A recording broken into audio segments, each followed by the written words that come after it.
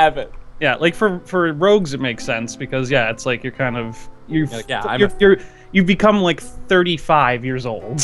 Like you're hopefully you know pretty much what you're doing. Yeah. The way you're going about things. Interesting. Or if we were in the 50s, I would say 19 years old. Hey. Whoa. Hey. Wow, that sucks. I don't get anything interesting at 3rd level. You sound like better than you've ever sounded before, Pete. Yeah, it's because I decided not to leave my door open. Ah. That's all it takes. Okay, so I'm going to start the rundown. I'm going to run this down. Oh, my notes. I need my notes. This is...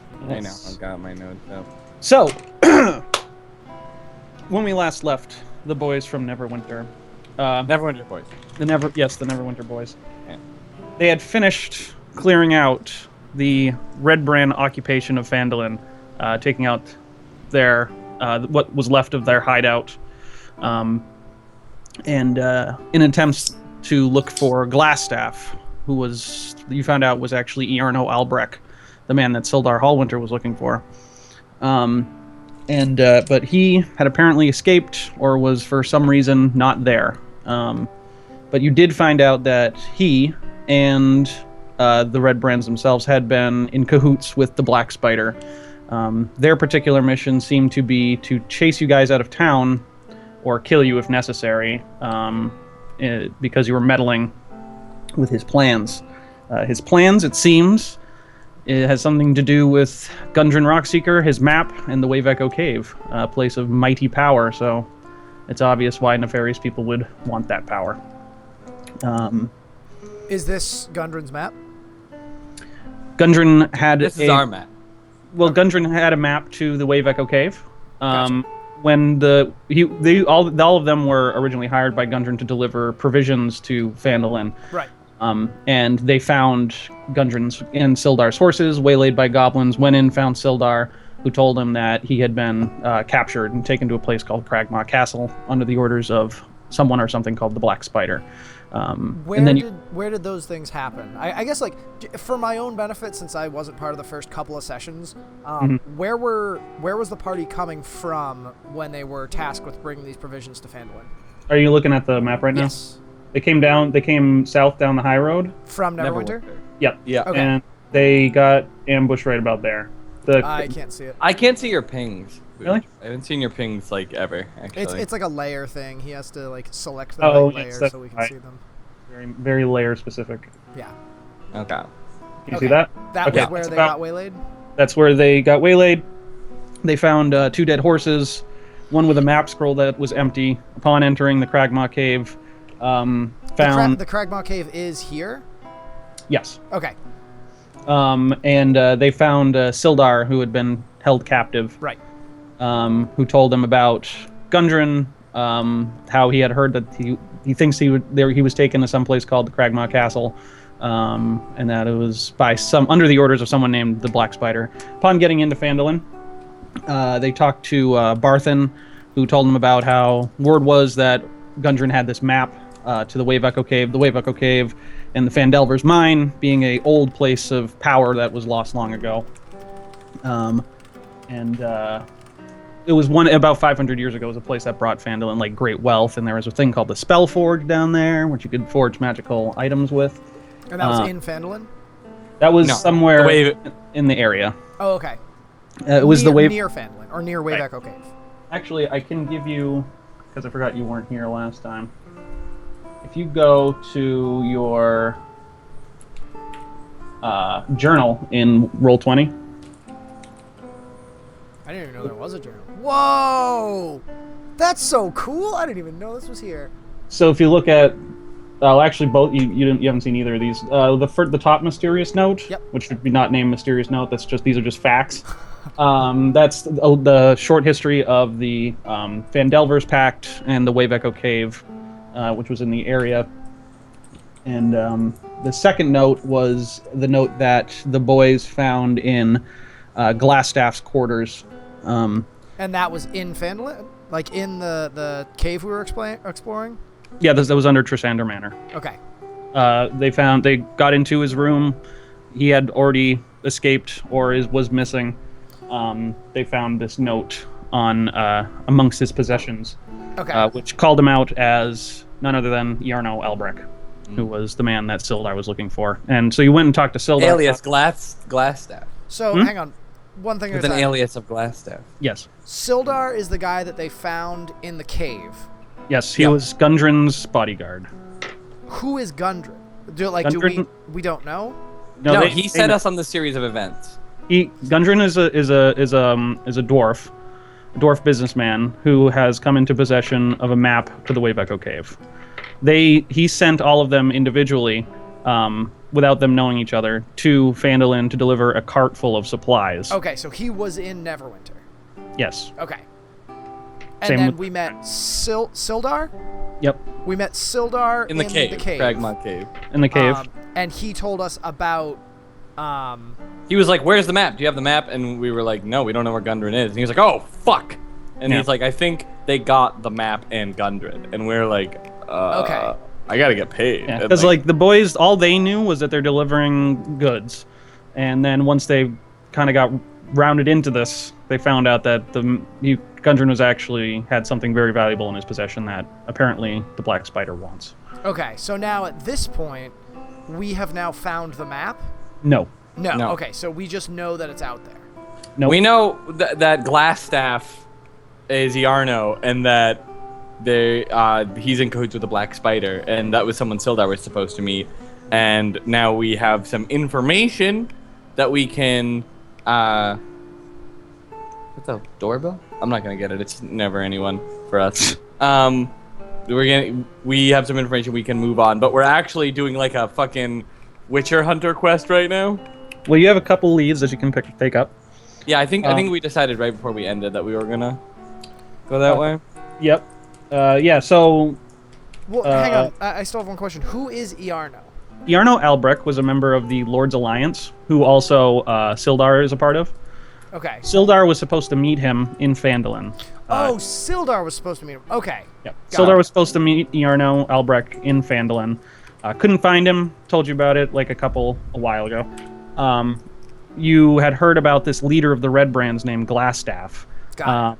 When you went and found the note, you found out that Glassstaff, in fact, was Iarno. Right. I thought you were saying Gundren was supposed to meet Iarno, and I was like, what? How? Huh? No. How are they related? Yeah. All right, Fair Brandon. Also, if you look to your bottom, you'll notice that my new name is Riki Trisander Yeah, Lightning. I was also going to ask about that. What, Well, we found what out did I miss? through a curious series of events that the moon-sized monster was painted on the floor of the Trisander Manor. And through a convincing, everyone plays it like they're playing it like it wasn't.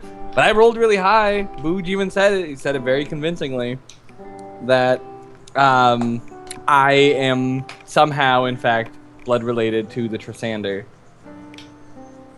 And that I said this was it has been a secret, and that no one really peered in depth about it. They just said, okay. I don't think anyone really cared.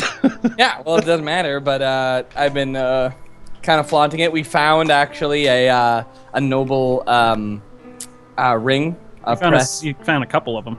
Yeah, and I took one, and I wear it. Do we know anything about who the Tresenders are? We You just know know that that there are- this is Tresender Manor. Do we know anything about Yeah. the people? You know, it was an old, powerful family, long gone from Phandalin. So it's not like the Red Brand, since they were operating out of the The ruins Phandalin, of the house. I've already confronted people in Phandalin saying that they don't exist. My story is I have them that they still are a noble family in Neverwinter. And somehow been able to bluff your way around that one for a while. Yeah, I'm kind of working on that one. And also I said that ancient noble human races move nobility through the middle name, and that is just how that works. And you guys aren't human, so for all you know, fuck you. Yeah. Fair enough. So to finish that out, yes, you went and talked to Halia, because she gave you the job to kill the Red Brand leader and bring any correspondence. You did not kill him, but you did bring correspondence, so she gave you half of the reward.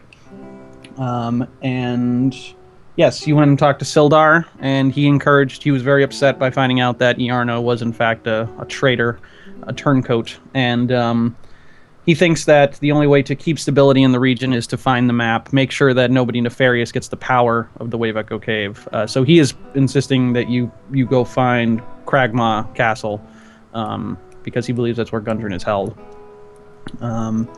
You also had some other business. You had taken a note from the town master about orcs being an orc threat at a place called the Wyvern Tor. Yeah, you said there was another note here, but I'm still only seeing the one. That one's not a real note. Oh, okay, good. Oh, hold on.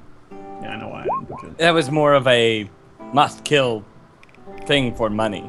Yep. You should be able to see the other note now, but Yeah, I see it. yeah. So it was a job request essentially from the town master to take care of supposedly there is orcs threatening people on the Tribor Trail, a place called Wyvern Tor. This note is related to what you're saying or unrelated to what you're saying? Unrelated. Oh, okay. No, yeah. I thought you were saying this was the note that told No, us that's about why I the said it Tribor doesn't. Gotcha. I said that one doesn't. My mistake. Go on. Also, a while back, you had Sister Gariel had a banshee problem. The sister of the Timora temple asked you to go confront a banshee named Agatha to discover the location of Bowgentle's spellbook. You have the standing orders to find Gundren, of course. Also, I have sold that comb Yep.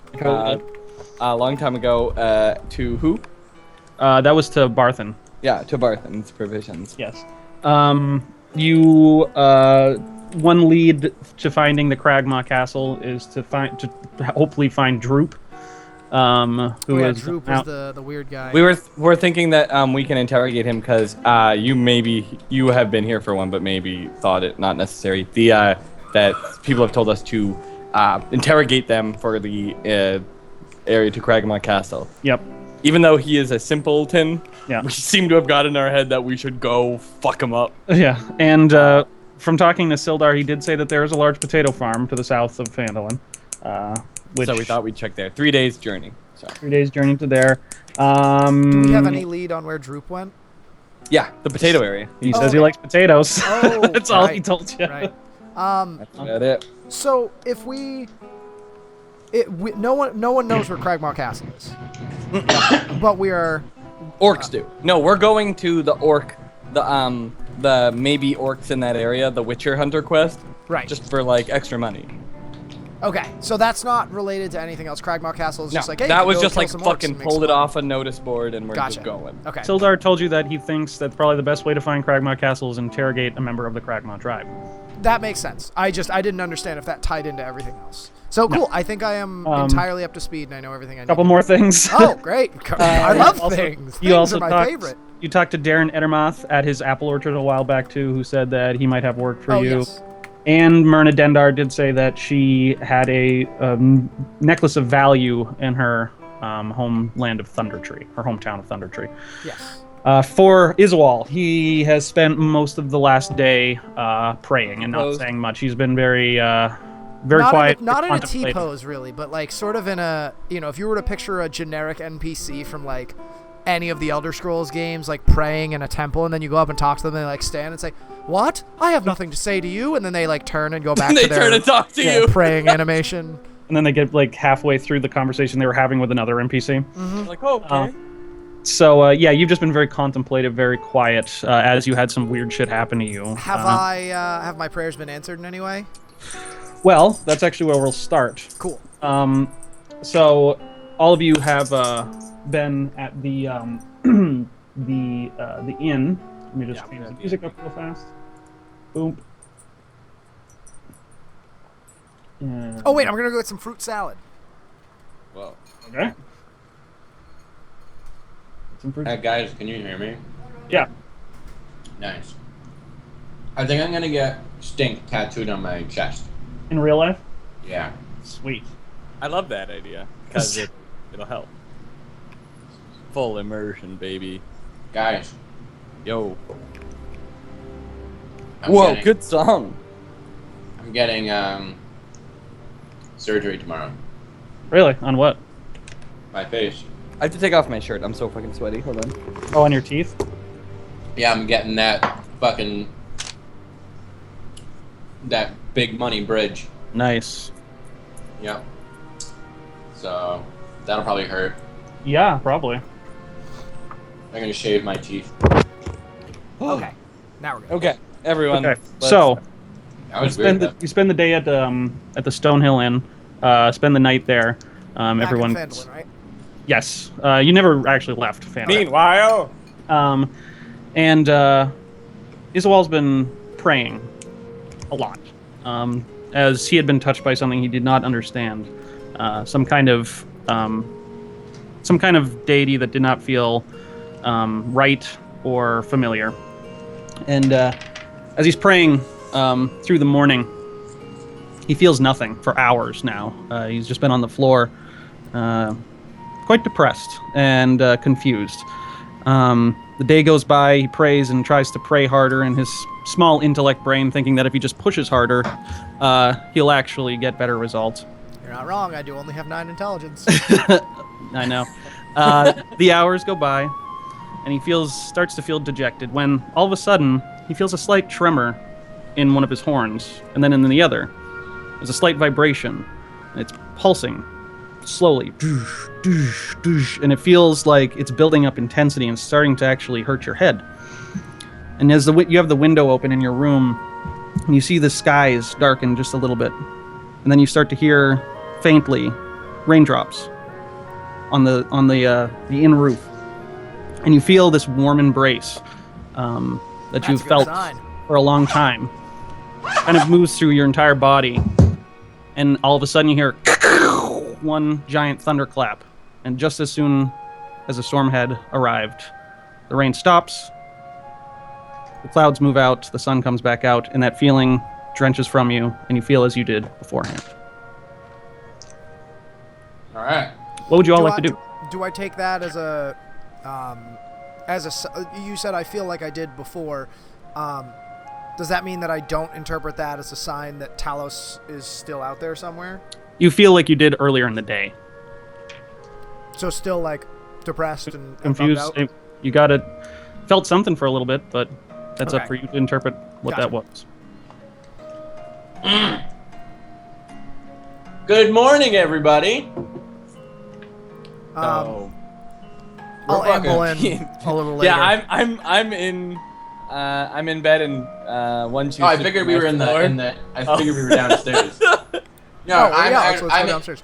I'm in my own room screaming, and Okay. that's for everyone. I have my ear on his door, and I get like blasted back when I hear him teens. screaming, and I quickly skip down the stairs and I do my normal slide down the staircase banner.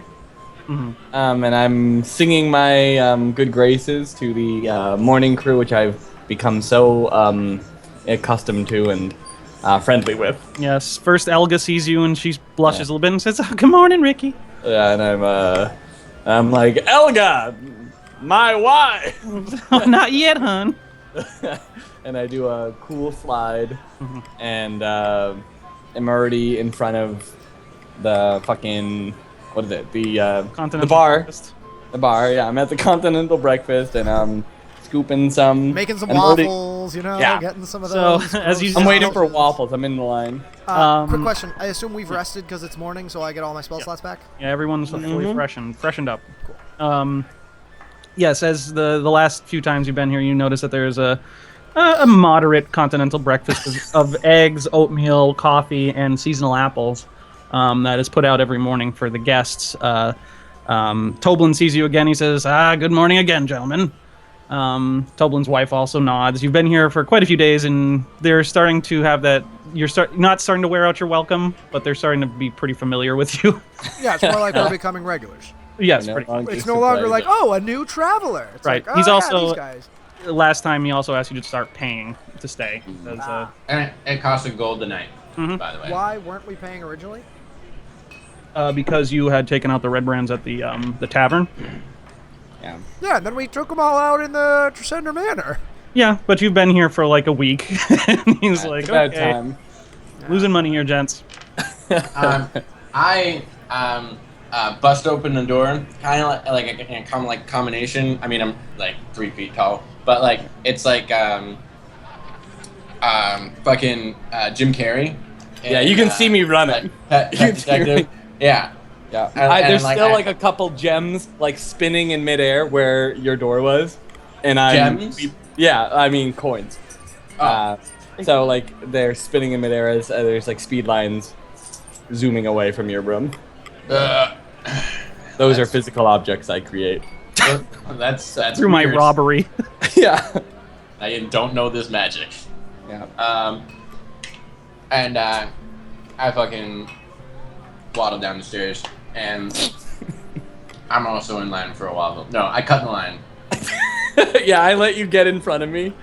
Yeah. And I'm like, my man, there's already several people behind us, and I'm like, come here. Yeah. 1, 2. Fortunately, there are no waffles.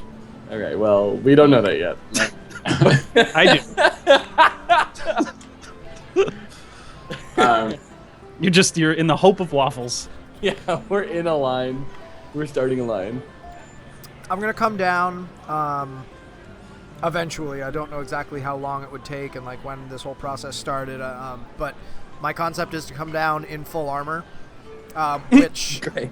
yeah, which would strike you guys as peculiar because usually you know me historically to be pretty comfortable walking around in like normal clothes, but ever since this stuff at the cave, in any instance where you know I would normally be wearing just like clothes, I'm now fully armored. So I come down in the morning wearing my armor. All right, so I see this. Comes down in full plate. And No, I- actually, it's chainmail. Oh, I'm sorry. I wish I so had full plate. Good God. comes down. Everyone at the bar stops, looks up at the odd creature coming down in full chainmail, and goes back to drinking. I see it and I'm like, that's our boy, ready to kill some goblins, and I do finger guns and at all the patrons, but they love it. Give them a Out- sheepish out of half character. smile. Out of character. Who is Ermin? Ermin? Yeah, who is he? That is. I have it written down in my notes, and I need to tell Brendan something, but I don't know who Ermin is. I believe that is Barthen's first name.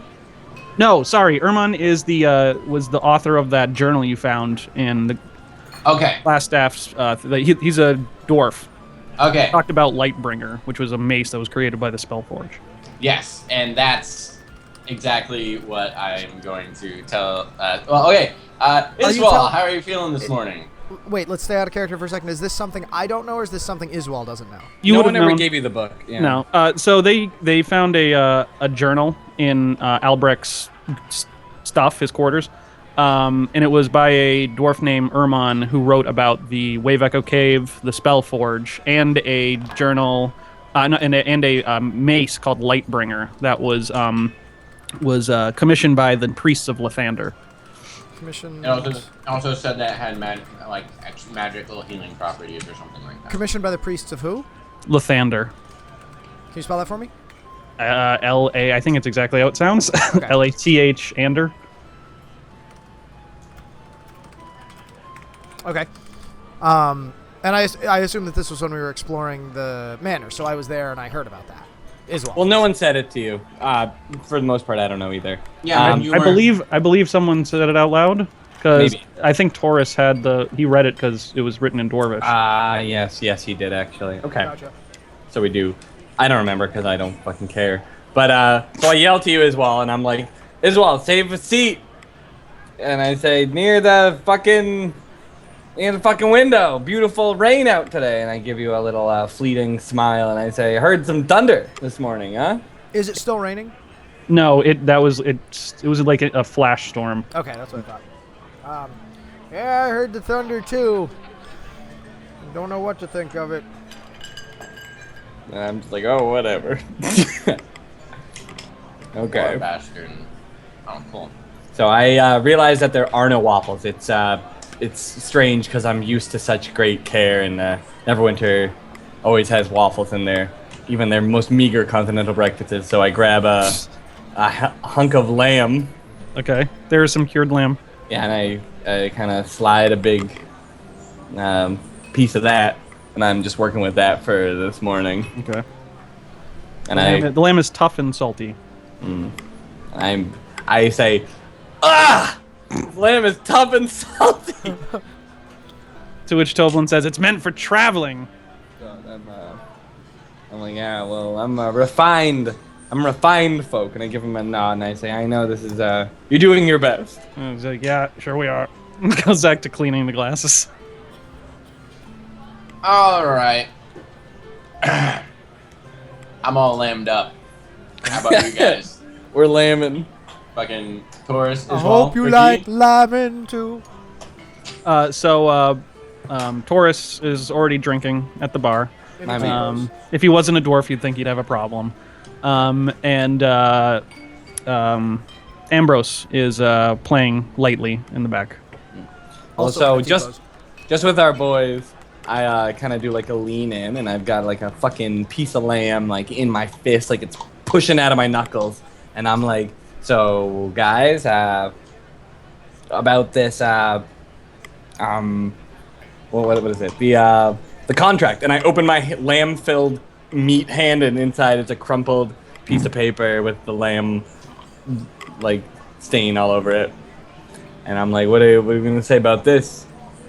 Where's that? Where are we headed for this contract again? I'm asking. That'd be- not out of here. I unfold it out, I spread it out, and I kind of am looking, and between the gigantic grease stain, I say, yeah, well, we're going, Booj, where? I'll tell you in just a second. I just got to bring up the map for myself. Wiventor. So you're going to a place called Wiventor. It is it's not quite a mountain, but it's a very large, rugged hill, noticeable from the Tribur Trail. And it is about there. Okay, well, I don't know the area, so I slide it over to One Shoe, and I say, over there. And I All right. And looking at the map, how far do I think this is? How many days travel? About 2 days. All right, 2 days travel, Riki. So saddle up. Let's get out of here. I'm all hammed up. Let's go. Everyone else? Taurus and Ambrose say yes. Yeah. float over, and they're fucking knocking chairs down as Yes. it goes over Yes. I would like to go. Mommy! And I snap my fingers at his wall, and I'm like, huh? Yes, let's go. Perhaps we'll find answers on the road.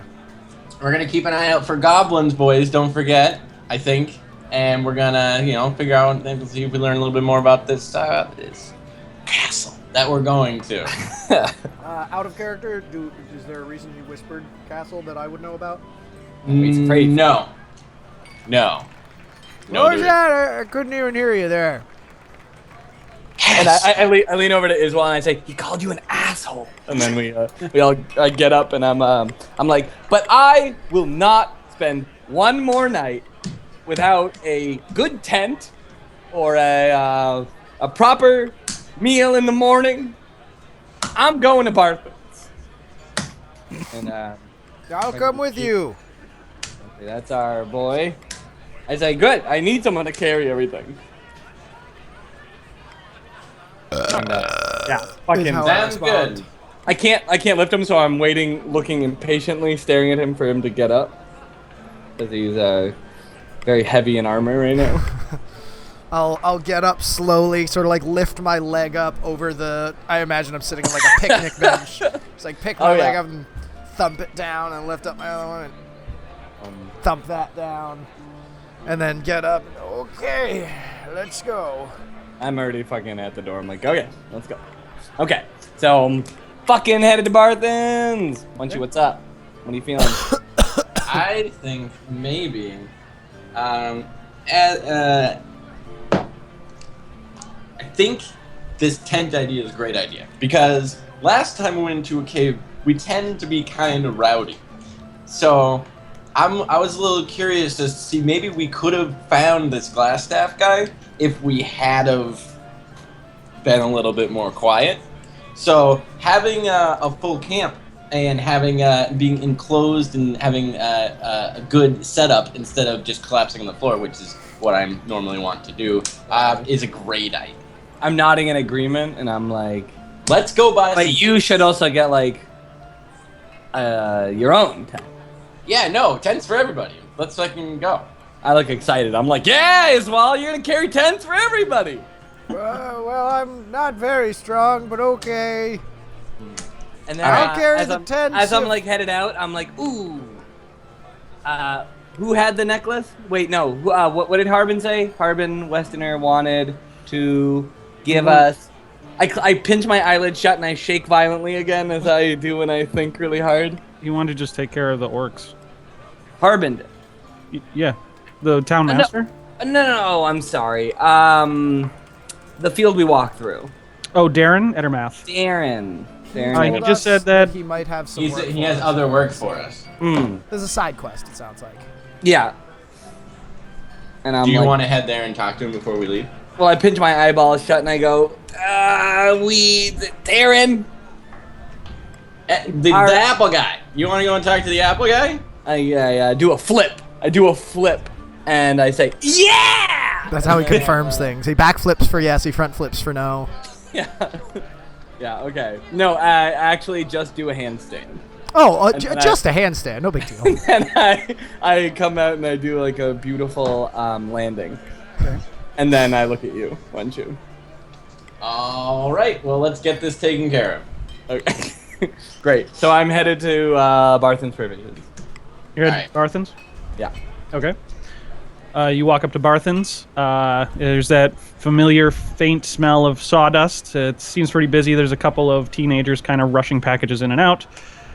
Doors open. I grab one and I say, oh, what I'd give to be your age again. He looks scared and he says, oh, I gotta get back to work. And I carry him in with me in a kind of a headlock. Oh, put him down, Ricky.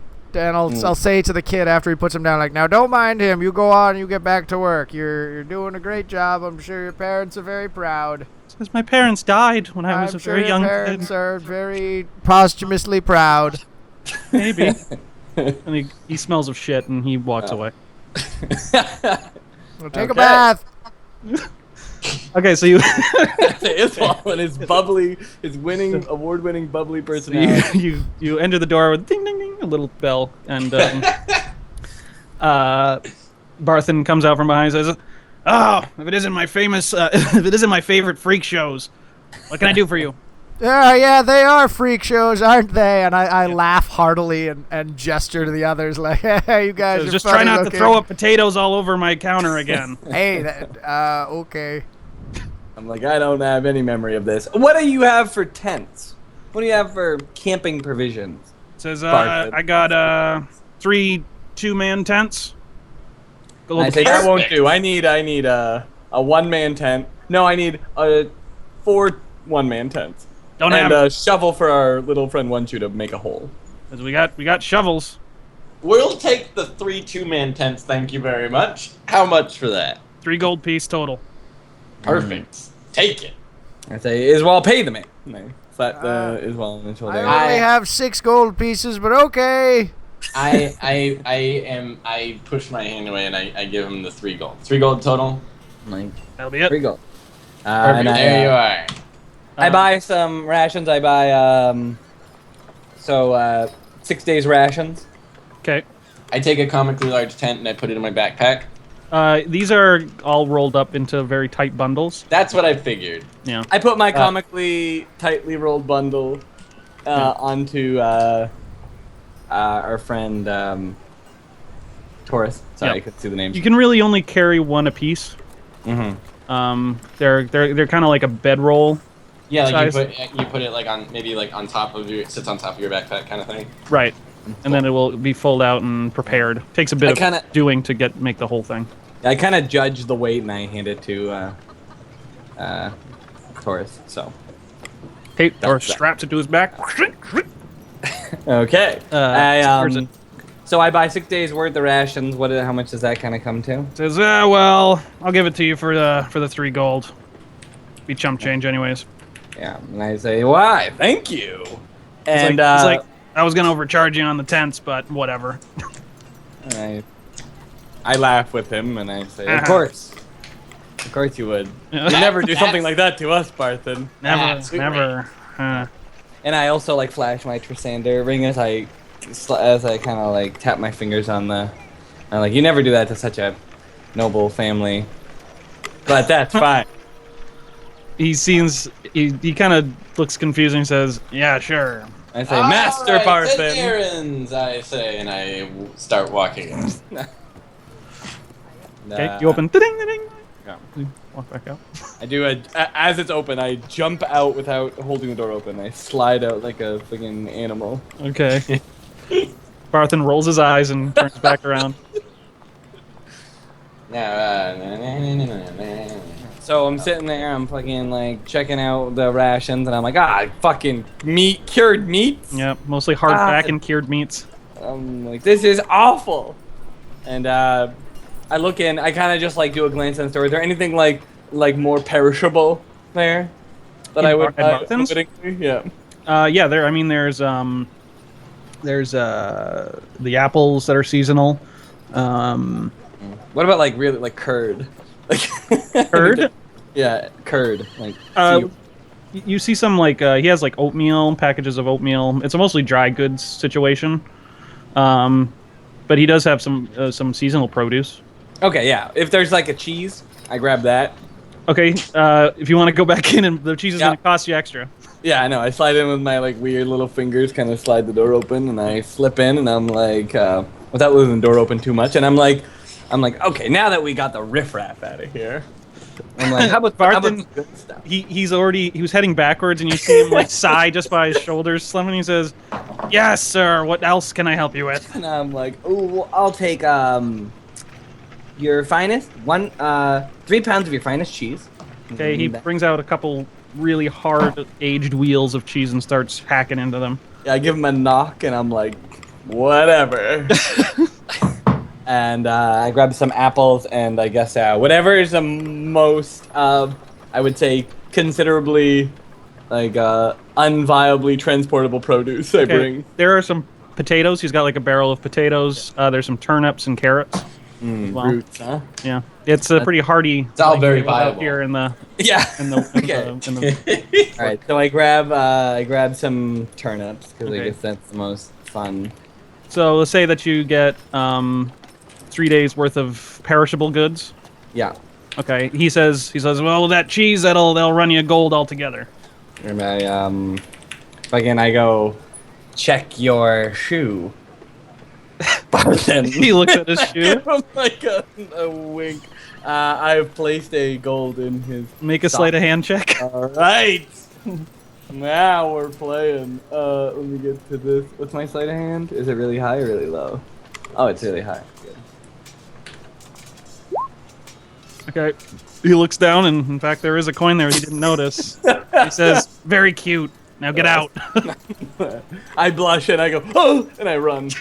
I realize he called me cute. Okay, great. Now that that's over. Yeah.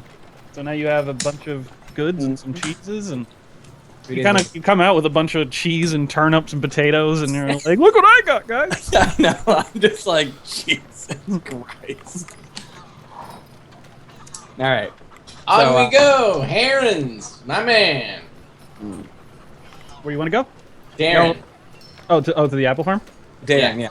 Okay. I'm like, I think we saw Darren. I'm like, I got it. I go run into the field again. I'm like, this is how you get Darren. Okay, so you ran down path to Edermarth Orchard. This time using the correct path. Last time you came up right there. This time you're going down the path. If that's what you want. Oh yeah. Because you're coming from Barthen's, I imagine. Yeah, so I go like kind of wander in the orchard because I know that normally gets their attention. So as you come up, there's a wonderful smell of ripe apples. These beautiful stands of trees going on for what seems like forever. Just bright red, delicious apples hanging from the trees. But in actuality, it's only about 15 feet. Right. This is what they call cinematic. Yeah. So as you step in, you see a very nice older farmhouse with ivy crawling up along the sides of it. Seems almost older, more well kept together than anything else in Phandalin. And as you start romping through the orchard, you hear just in the back of your head, not in the back of your head, but just slightly behind you, say, "See anything you like?" Turn and look. What is this creature? It is an old elf, Darren Ettermouth, who you met last time. Oh, okay. He's just very quiet and very good at sneaking around his orchard. And he says, "Hello again, gentlemen." Hello. I'm like, Darren, like seeing an old friend. Says, "Yes, it's been only 5 days." And I give him a huge pat on the shoulder, and I'm just like, how are you? How's the appling going? And I pick one off the three, and I hand it to him, and I'm like, a gift, obviously. Says, "I've tried quite a number of them." Puts his hand up. And he says, "It's doing very well. We're in season, and people are buying." I willingly eat it and kind of walk back to the group. Okay. He says, "Well, first one's free."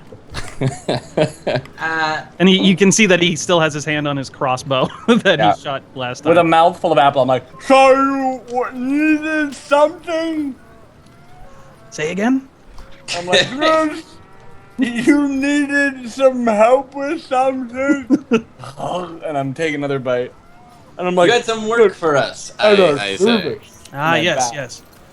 Says, "Well, maybe just stories they are, but stories concerning nonetheless." Says, "I've heard of someone been digging around the ruins of the old owl well. Disturbingly enough, several prospectors have reported being chased from the area by the undead." That was the owl what? The old owl well. Old owl well. He says, yeah, there's been reports of them prospectors being chased off by legions of undead. And that's not something that's too unusual, at least not north of here in the Thunder Tree, but in this area, very, very strange, very concerning. I'm like, ugh, undead? Legions? What manner of undead? Are we talking skeletons, ghouls, ghosts, goblins? He says, they reported that they still had their flesh on. So were they moving very slowly? Says the reports are vague. Most of them got chased off. They started running and didn't look back. They were ambulatory, though. That's what you're asking. Out of character, I'm an idiot. What's ambulatory mean? They were walking. Okay. They were able to walk. Gotcha. Do you know anywhere we could find? Do we know our where ambulance Old Owl... friends? Do we know where Old Owl Well is? Is that like in town? Is that a landmark that I don't see? He can tell you where it is. Okay. Better question is, does my character know that? So, where's this well? Where can we find it? Oh, you can find it right here. One moment. Oh, okay. Over there. Where it's Where I didn't see it. It's just about. Oh, I see. So it's actually very close to where the orcs would or would not be. Presumably. Yes, it's right to the north of where. Says yes. I'd say about 2 days ride. And I'm like, wait, actually, it says Old Owl Well on your map. Yeah, that's why you're saying it was like. Oh, I didn't read that for some reason. So how did you hear these stories? Were these travelers that came through town, or? Yes, prospectors. Most people, they go into the hills to find their riches in the mines, but it seems that a lot of them haven't even made it that far. I see. Any of these guys still around? Was this recent? No, they left town a long time ago. Oh, well, no doubt scared by their encounters. And I'm like, I still got my ears plugged, and I'm like, is he done talking about zombies? We don't need to deal with zombies. And orcs. I'll take Amanda and tap it against my shield a couple times that I have a crudely drawn image of Talos on that is now like worn and faded, and just tap it a couple times and be like, hey, don't worry, zombies are my specialty. And he says, especially with such an evil god, I would imagine so. What? That's fine. So what? Darren, what? Now, what wait interests just a you- minute, One Shoe. What do you mean, an evil god? Well, he is the god of destructive storms. And are destructive storms not a part of nature? They are the evil part of nature. I don't believe that nature has an evil part to it. Says, well, it certainly has a good, and he takes a look at his beautiful apples. And I'm like, and I grab Iswell. I'm like, zombies? Dumb orcs? People that look like you as well? That's pretty evil if you ask me. Now, just what are you saying about my demonic heritage? And I'm like, listen, and I got my hands up in the air kind of exasperated, but I actually grabbed 2 apples and I put them in my back during it. And I'm like, I'm just saying. I'm gonna have you make a sleight of hand check for that. Darren's old and he's missing an eye, but he's pretty quick. Yeah. As you start to take it, he actually snatches it out of your hand. He says, I said the first one was free. And I go into a kind of a We'll yawning actually pose. take 2 days worth of apples, Darren. Maybe a few, 3 pounds of apples, please. Says, okay, that'll be about around. Let's round it out to a gold. Perfect. And I shell that out. Okay. Shelled. So he kind of shuffles to the back of the house, and you can tell for an old elf, he's still got like a lot of musculature. He's seen a lot of shit. And he takes out a large basket and starts plucking some of the freshest apples in a rapid, almost mechanical pace from the trees, filling up the basket, and he puts it to the ground. It's about half your height. So as he's doing, I'm kind of following him, and I'm like, so he's this well. What's it worth to you? See this well cleared out for the better. Is that a thing? Is that a thing you can say? Is that normal? Yeah, sure. Hold on one second. I just gotta read. Read a thing.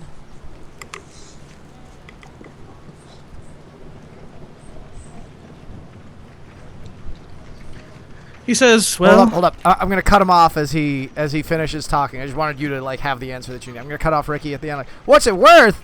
It's worth doing good for the area.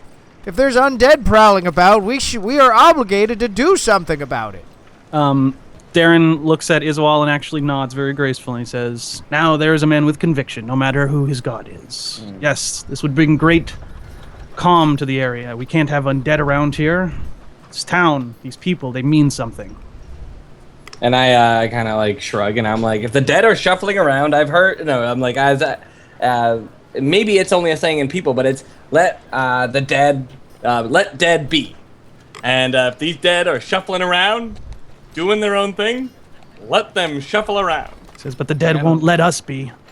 I'm like, oh god damn. I turn to Ricky. It's nothing to worry about. We'll be fine. We'll take a look at it after the orcs. It's not a problem. He looks at you, One Shoe, and he says, to you particularly, a man of letters, the old owl well itself might be interesting. Ooh, what do you mean? He says, well, they call it a well, but I know that it's the ruins of an old watchtower of an ancient magical empire known as Netheril. Who is that? Who is this? So from your studies, you know that the empire was known as the Netheril. That was like their collective name. How do you spell that? Netheril. Right on. Yeah, I'm the best. And he said, from what you know, I mean, it's so old, so ancient that you don't really, there's not a lot actually known about it besides some of their small ruins dotting the landscape. Hey, we could maybe.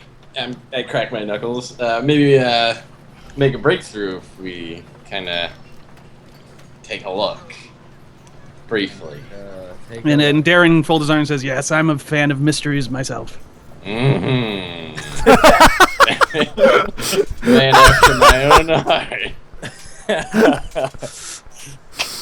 Well, anyway, let's go, guys. As fucking One Shoe's fucking I'm foaming at the like- mouth, like walking out. yeah, I'm holding Darren's fucking arm. I kind of feel his beautiful muscle, and I give it a little squeeze, and I'm like, look, I understand that you need some help, and I'm just saying that I'd love to help you, Darren. I want to want to help you. Great, then let's help him. What's the problem? And I kind of like wave all my fingers at his wand, kind of a magic spell. And I said, one I've kind of seen one shoe do and similar. And I'm just like, I just need to know that what I did is worth something. And You he see what I'm takes saying? an apple, or he doesn't even pluck an apple, but he grabs an apple from the tree and he says, "To defend this, is that not worth it, son?" And I take I take it, the one he was looking at, I grab it, and I give it a big inspection. It looks like an And I apple. And I roll it. Yeah. And I sigh, and I'm like, we'll see what we can do, I guess. I mean, I can't actually make any promises to take a bite and throw it backwards. Okay. He says, "I think you'll come around, grow up one day." Gives you a wink with his one good eye, starts heading towards his cabin. I give him like a double wink, and I'm like, "Whoa." And both eye winking. Like, to prove something's that wrong I- with that boy. Yeah. And I'm like, well, I couldn't get through to the guy. I think we should avoid it. All right, boys, let's go. Yep. Okay. Oh, let's go. one other question for you, Darren. Have you seen a goblin anywhere? He says, "Oh, back in my day, I saw many of them." I mean recently. A particularly dumb one answers to the name of Droop, really likes potatoes. He says, "No, I've not." Okay, thank you. Turns around. I yell, they all look alike, don't they? He just waves behind him. Yeah. And away we go. Yes, sir. Right, guys? You want to hit the road? Yeah, I fucking anime run to the fucking Barthen's Provisions where we have our cow. Are we taking the cow? You don't have any mounts. Oh, fuck! We're just Where- walking? It is 2 days walk. Yep. At Okay. at a normal Right, pace. well, I look very nice. I look down and I have like some pretty good shoes on. They're a little blood spattered. Mm-hmm. Like my white linen pants are kind of like showing a day's wear. Mm-hmm. And I'm like, oh god. Okay. Right. You move out to the north of town. The clang of town life now drifting slowly behind you as you hit the Tribor Trail, and now all you hear is the rustling of trees and the sounds of the open road. I'm gonna go and get a seltzer. I'm gonna pee, and hopefully Marley should be here any minute now. I'd like him to join us on the road. Well, I Say guess we I'll get- get some more water since we're all. Oh, Brandon, there's a whiskey if you want one. Ooh, I do love whiskey. Come on, have whiskey.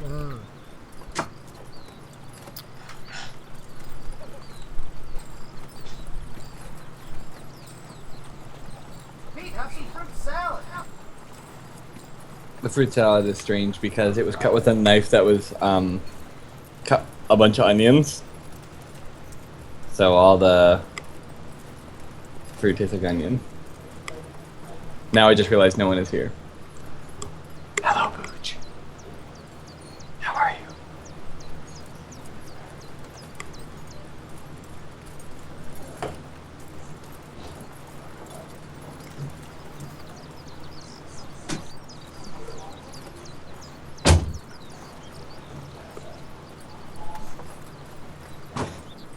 Oh, okay. All right. There. This is a really odd beer I'm drinking. What do you got? It's a New Belgian Citradelic. It's a tangerine IPA. Really? I mean, hey, you big fan of Sculpin? Sculpin? Ballast Point? Haven't had it. Oh. They're like the first like beer startup.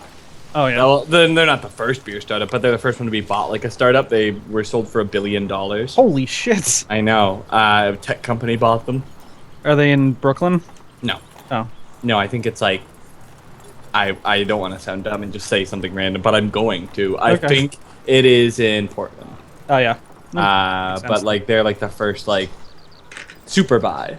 Mm-hmm. They're just a pretty good beer. I mean, you can get it in Brooklyn. It's really expensive.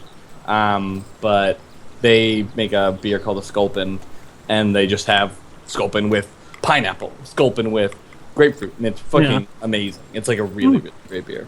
I'm not usually a huge fan of the fruity beers. No, so yeah, the IPAs with like such a mild hint that it's like pleasant. I think an IPA is like really the only beer you can really flavor Pretty much. without it being like too much fucking disgusting. Yeah, like fucking strawberry wheat. Oh no, It's like No! it's like the worst.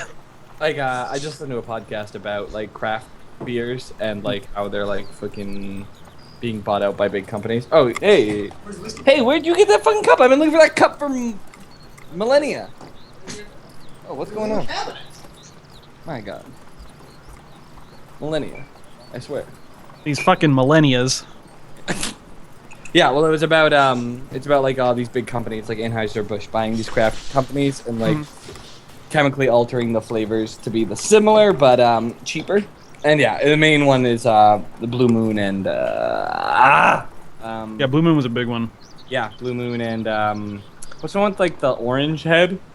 Shock Top. Shock Top. Yeah, both of them kind of are featured in it as like evildoers. Yeah.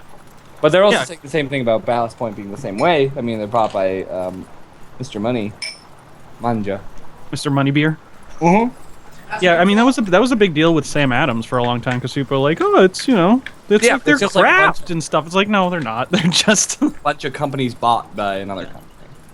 But no, it's interesting. I think it was on Theory of Everything. Are you familiar with that?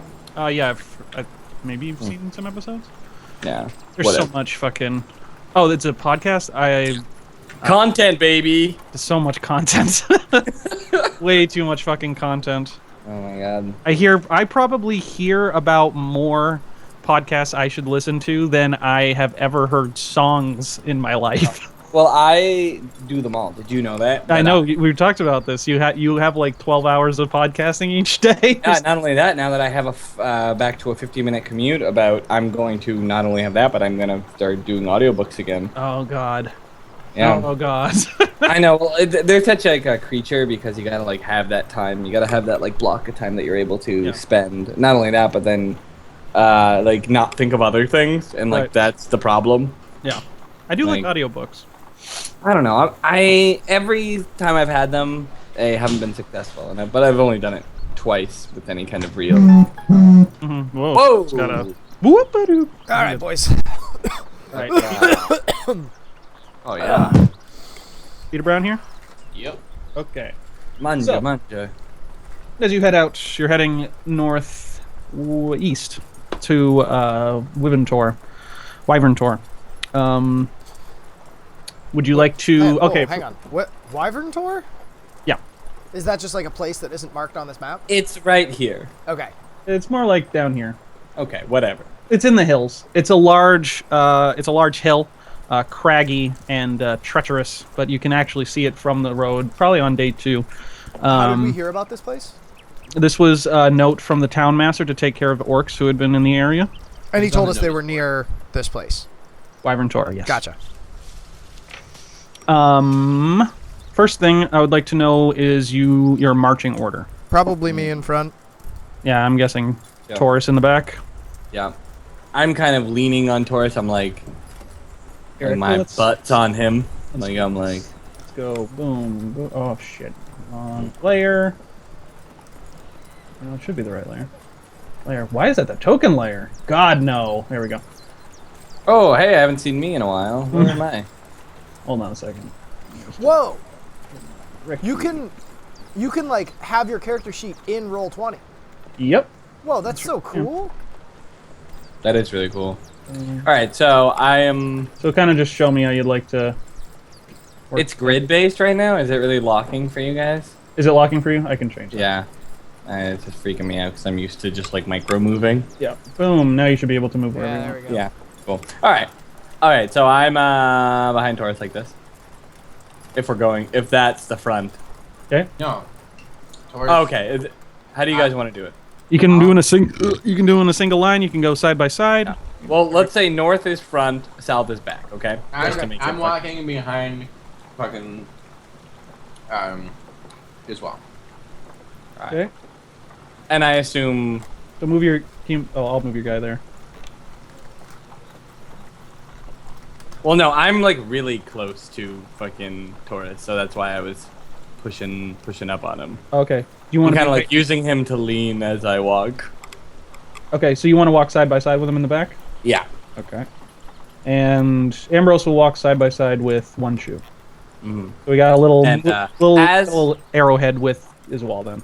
As we walk by, I call out the types of trees, a hobby of mine, which I've now decided I have. Wait, you want to call out the types of trees? Yeah, I like to point and Make a nature check. nature. That's a thing. Yeah. Ooh, I have a -1 on that. Well, that just happens to be a hobby. Mine doesn't mean I'm good at it. Yeah, I have a hobby. Whoa, there we go. Hold on, what'd you get? 19, baby. Oh wow! So you actually know it as an ice spike pine, and there's a brace of them as you start walking out to Phandalin. And I'm like tapping fucking Taurus and One Shoes. I'm kicking the back of One Shoes back because it's easier to reach. And I'm like, that's an ice spike pine. They only grow. Speak on that.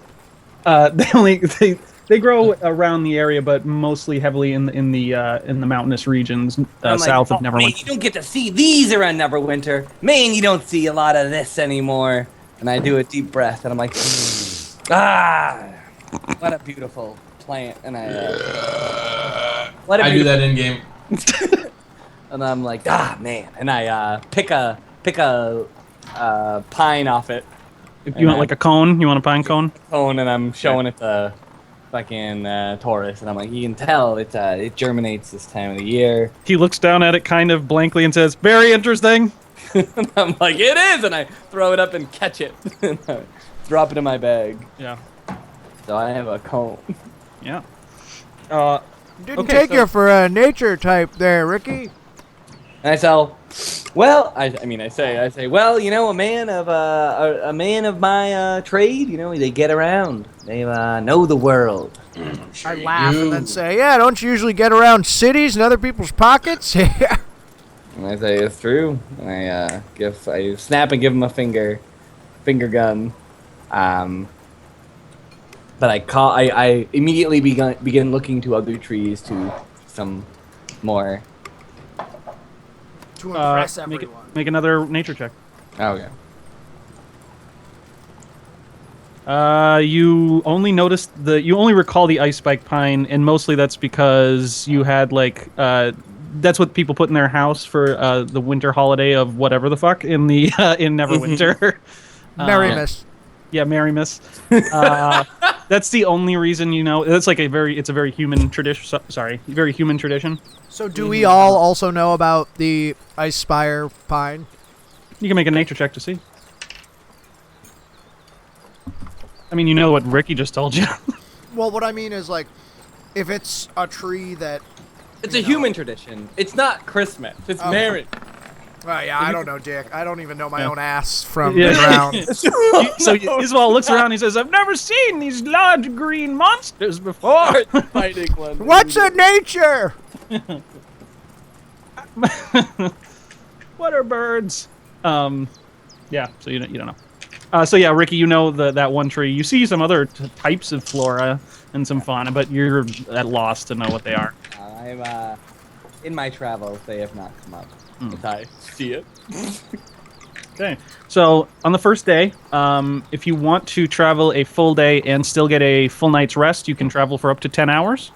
And then the rest of the time will be breaking down, setting up camp, and resting the night. Let's do that. Yeah, I think that's good. Okay. So you... Wait, Iswal? You didn't say? Yeah, Iswal. That's fine. Okay. Boom, boom, boom, boom. Just moving you out of the way so I can see where we are. So you are about to like halfway. Yeah, you're about to get off the trail. Depending on how you actually want to go. If you want to cut across the land to the west, direct west, you can do that. Or you can go further up the trail and come down. Not trying to be persnickety, but did you mean east? I did mean east. Okay. I didn't know if maybe I was misunderstanding something. I did mean east. Do we know anything about the layout of the land surrounding it? Like, we know that Wyverndale? Wyvern Tor. Wyvern Tor is here. Is there any reason to not go there first? It's up to you. Okay. I suggest that we try to make our way to Wyvern Tor, and then make our way to the well from there. It'll be good to have some civilization around. Nothing will attack us. Sounds good to me. This guy's got. Check out the big braid on fucking Brad. The demon. The big braid. The big braid. The big braid. I'm winning again. Yeah. To end my thought as I'm saying, like, yeah, it'd be nice to be in civilization now. Less risk of being attacked. And then as One Shoe starts talking, I'll like look around at nothing, but just kind of like looking up and saying loudly, like, in case a god wasn't looking out for us anymore. You look up in the skies; they're beautiful and blue. And just like pause for a second, and then One Shoe gives his answer. And I'm like, well, this is all well and great. Okay, so you continue on through the day without event. You walk along many very nice ice spine. Can I tell a lot of knock-knock jokes? You tell a lot of knock-knock jokes. Roll for everyone I annoyance. keep pointing Everyone at ice pines. make a annoyance saving throw. Okay. That's a little joke. I Sorry. failed. Yeah. Too funny. So you spend most of the day traveling, and see many nice trees. The Tribor Trail, while rugged and dangerous, does have a raw natural beauty to it that you take in throughout the entire trip. And you make it to about halfway up the trail, where you see actually from the road you can see just the peak of Wyvern Tor. It's out of those hills in the in this land. It's one of the biggest and sticks out kind of above the trees. Well, I'll be. There it is, boys. There's our destination. I did that. Did that in game. Okay, so at this point, you want to break down, make camp. Yeah. Yes. So How long would we estimate is the remainder of the march to Wyvern Tor from here? it's gonna be a full day. Okay. So it's just like we see it on the horizon. Yeah. Okay. I want to shoot a duck. Don't we all? Just in real life. In game.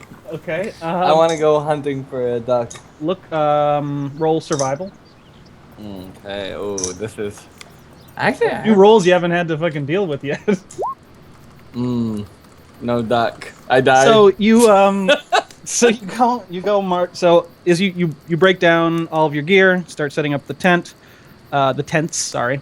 Make a nice little campfire, even though there's still light out. And Riki decides he's gonna go kill a duck. Even though we've seen no. I also wanted to go and try and kill a duck. Okay, please roll. yeah, no, I take One Shoe with me. I say, let's Going go for kill- duck hunt. Going for a All right, duck hunt. One Shoe, please roll survival. Oh, survival, huh? No, you're gonna make a duck hunting check. If it was 3rd edition, that's probably a skill. Yeah, I know. Okay. It would be hunting, and then in parentheses it would say duck. Duck, yeah. So, okay, so we have Riki. Kick a ball of acid at a duck. So we have Riki and One Shoe out around the woods now, around the campsite. It's the sun is setting now over the hills, and you're going out. You make kind of a perimeter around the edge of the trail, looking for tracks. Riki doesn't find anything. In fact, he's losing sight now because it's getting darker. He's carrying his bow around, and he actually Where do those ducks go at night? him and One Shoe, while they were paired together, I actually picture One Shoe now in like a Canadian, one of those Canadian plaid hats with the flaps that button it up. A Holden Caulfield hat. Yeah, exactly. So they started out together, but now kind of separated a bit. Riki, as you're walking through the woods, you hear a rustle in the branches in front of you. I say a duck. What would you like to do? What are you gonna do, Kyle? What do you want to do? Oh, I say it's a duck. To yourself, you say this. Yeah, and I pull out ready my bow and fire my bow into the ether. Okay, as you shoot, you let loose a bow in front of the the bramble that's right in front of you, and you see a little rabbit that scurries off into, jumps its way out of the bramble and out of sight. One Chew, however, he's on a little bit of a different trip. He's by himself out there smoking his pipe, very keenly aware. You hear quack, quack. Often. Could you give me one more? I forgot what ducks actually sound like. Quack. Yeah. Yeah. Team of hockey players. Yeah, quack, Quack. Quack, quack, You quack. find a bunch of Californian children. So in front of you, you hear a quacking sound, and you hear actually like feathers being shaken off with water off of them, just about 20 feet in front of you. It's very thick though in the trees. Okay, so here's what I do. So I take my hands and I sort of like shake them off, like do like a little thing, and then I put them to my mouth and I go quack quack quack quack quack quack.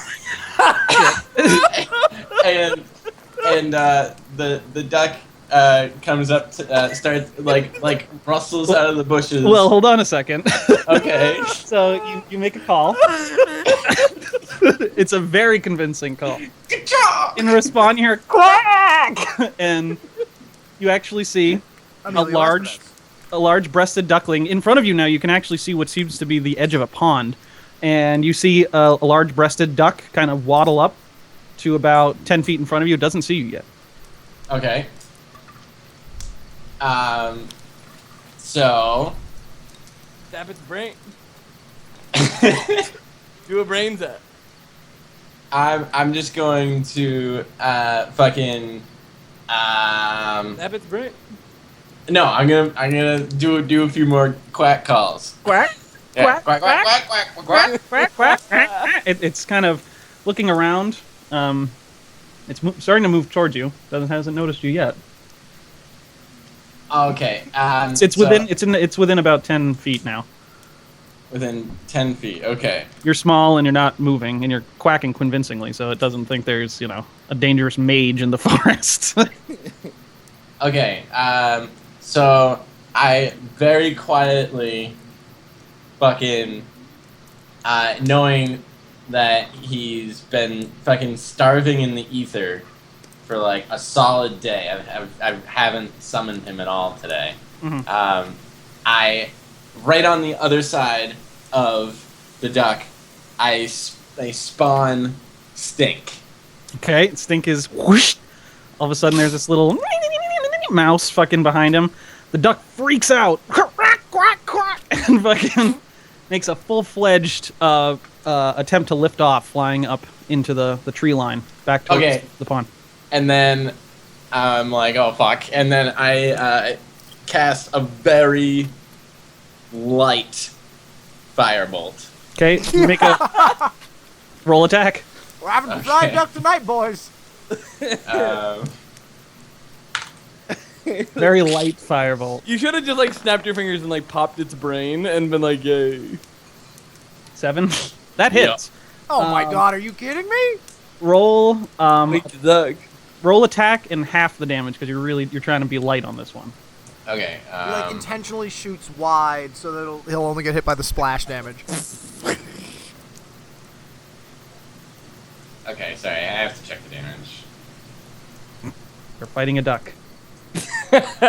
Roll for initiative. Yeah, everybody. shouldn't he be rolling for initiative here? Yeah. Start the battle music. I'm sorry. That's okay. Mm. I'll look up firebolt. From the woods, I have to throw a dagger at one shoe because I think. While he's doing that, actually, Ricky, make. Oh no!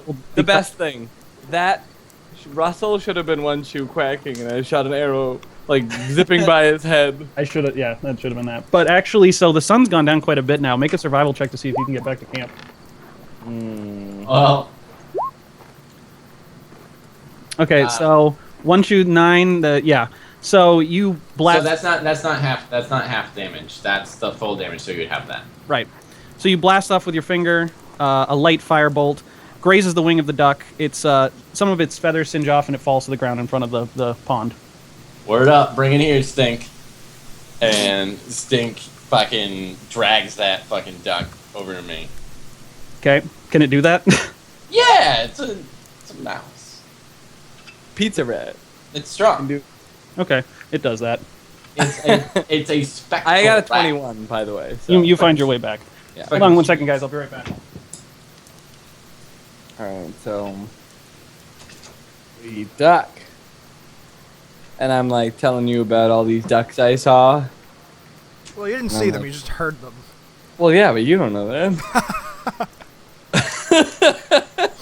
There was a big lake of ducks and I couldn't get to them. The big fence. And someone was stopping us.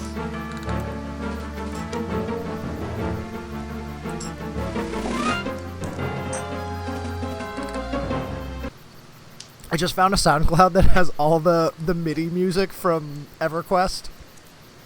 Whoa, Ooh, Yeah. pretty bad.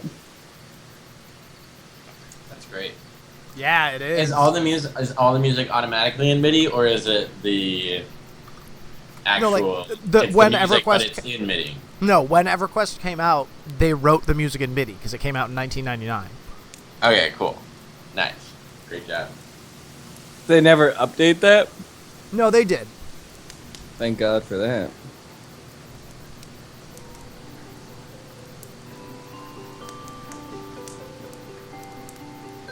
Well, good thing Oh, we this got music is the all duck. so good. I know. I linked it to Booj. I'm hoping he'll find some use for it. Hey, you guys want to get pizza tonight? I always do. Hey, sorry, I'm guys. I'll be back in just a couple minutes. I gotta take care of something real fast. Okay. Okay, That's fine. Brandon, let's get pizza tonight. I want pizza. Alright. Okay. I did buy all Put this it in. fruit. Put it in. I'm putting it in. I'm putting it in.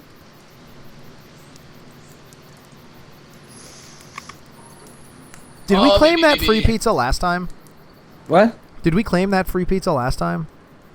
Yeah, we Yes. did when we were playing Twilight Imperium. But good news, after this order, we'll have another free pizza. Okay. We do need free pizza, so.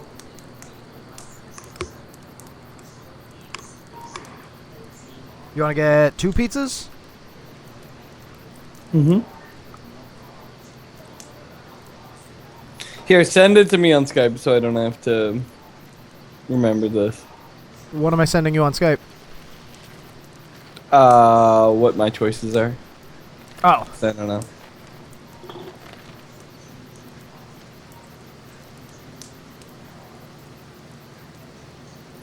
Such a serene fire.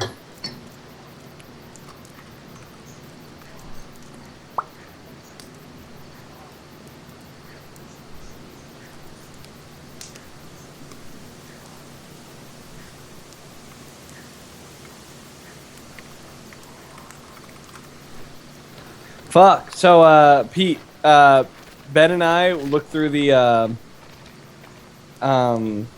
expansion to Ticket to Ride. Mm-hmm. It's wicked good. Nice. Whoa, what So- a shock.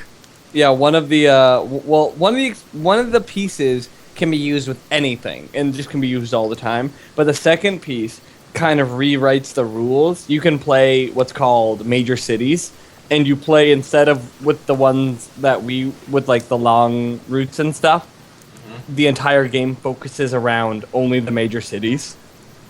So Oh, it's a lot really? more cutthroat. Like everyone has pretty much the same cities That's involved. cool. Hey, Yeah. guys. Sorry about that. Hey, what up, what up? There's a bit of an emergency involving a dead car. Oh boy, no problem. You gotta go? What's that? You gotta go? No, it's taken care of for now. Oh, okay. Okay, so One Chew had shot the duck. Feathers bursted. Actually, when Stink went and picked it up, he noticed, or you noticed through him, some baby ducklings out in the pond. Did you kill them? No, you killed their mother. No. Yeah, so I fucking say, fuck you stupid baby ducks. And I take that duck and I go home and... Wait, you didn't break any of their necks or anything? Make a No. nature roll, rather a survival roll with advantage to see if you get back. Word up. So survival...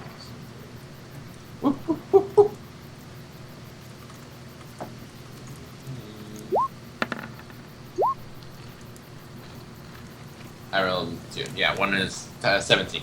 Okay, you make your way through the woods back to the campsite. Cool! Great, guys, I got a duck! And I fucking throw it. Just kidding. No. I fucking cooked that fucking duck. Really awesome. Like, Okay, set a spit over the fire. yeah, fuck yeah. Yeah, and give everyone a bunch of duck. Nice. Smells delicious. And it's greasy. Mm. Mm-hmm.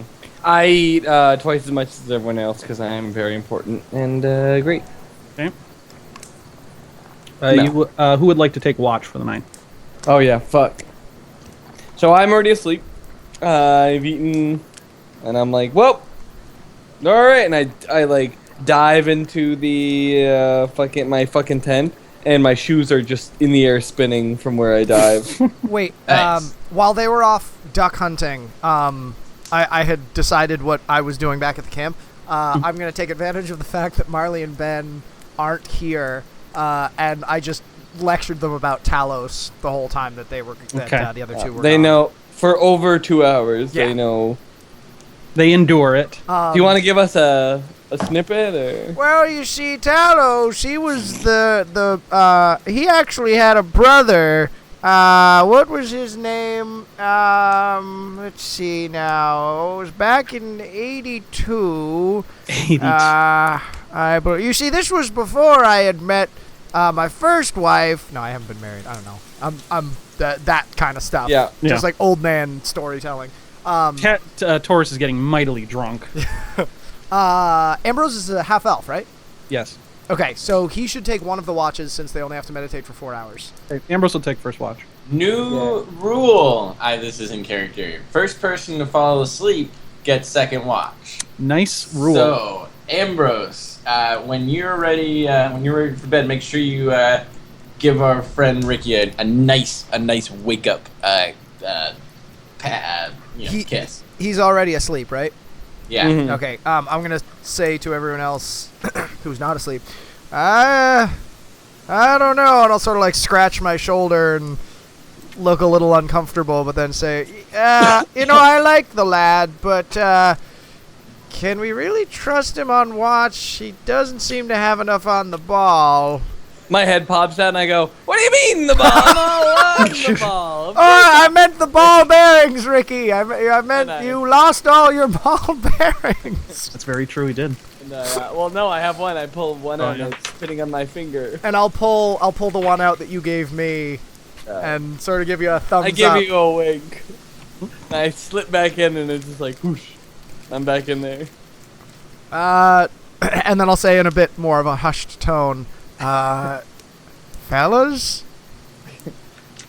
Ricky's fine. He's just asleep. He's a sleepy idiot. It doesn't matter. It's fine. Ambrose says, I trust him implicitly.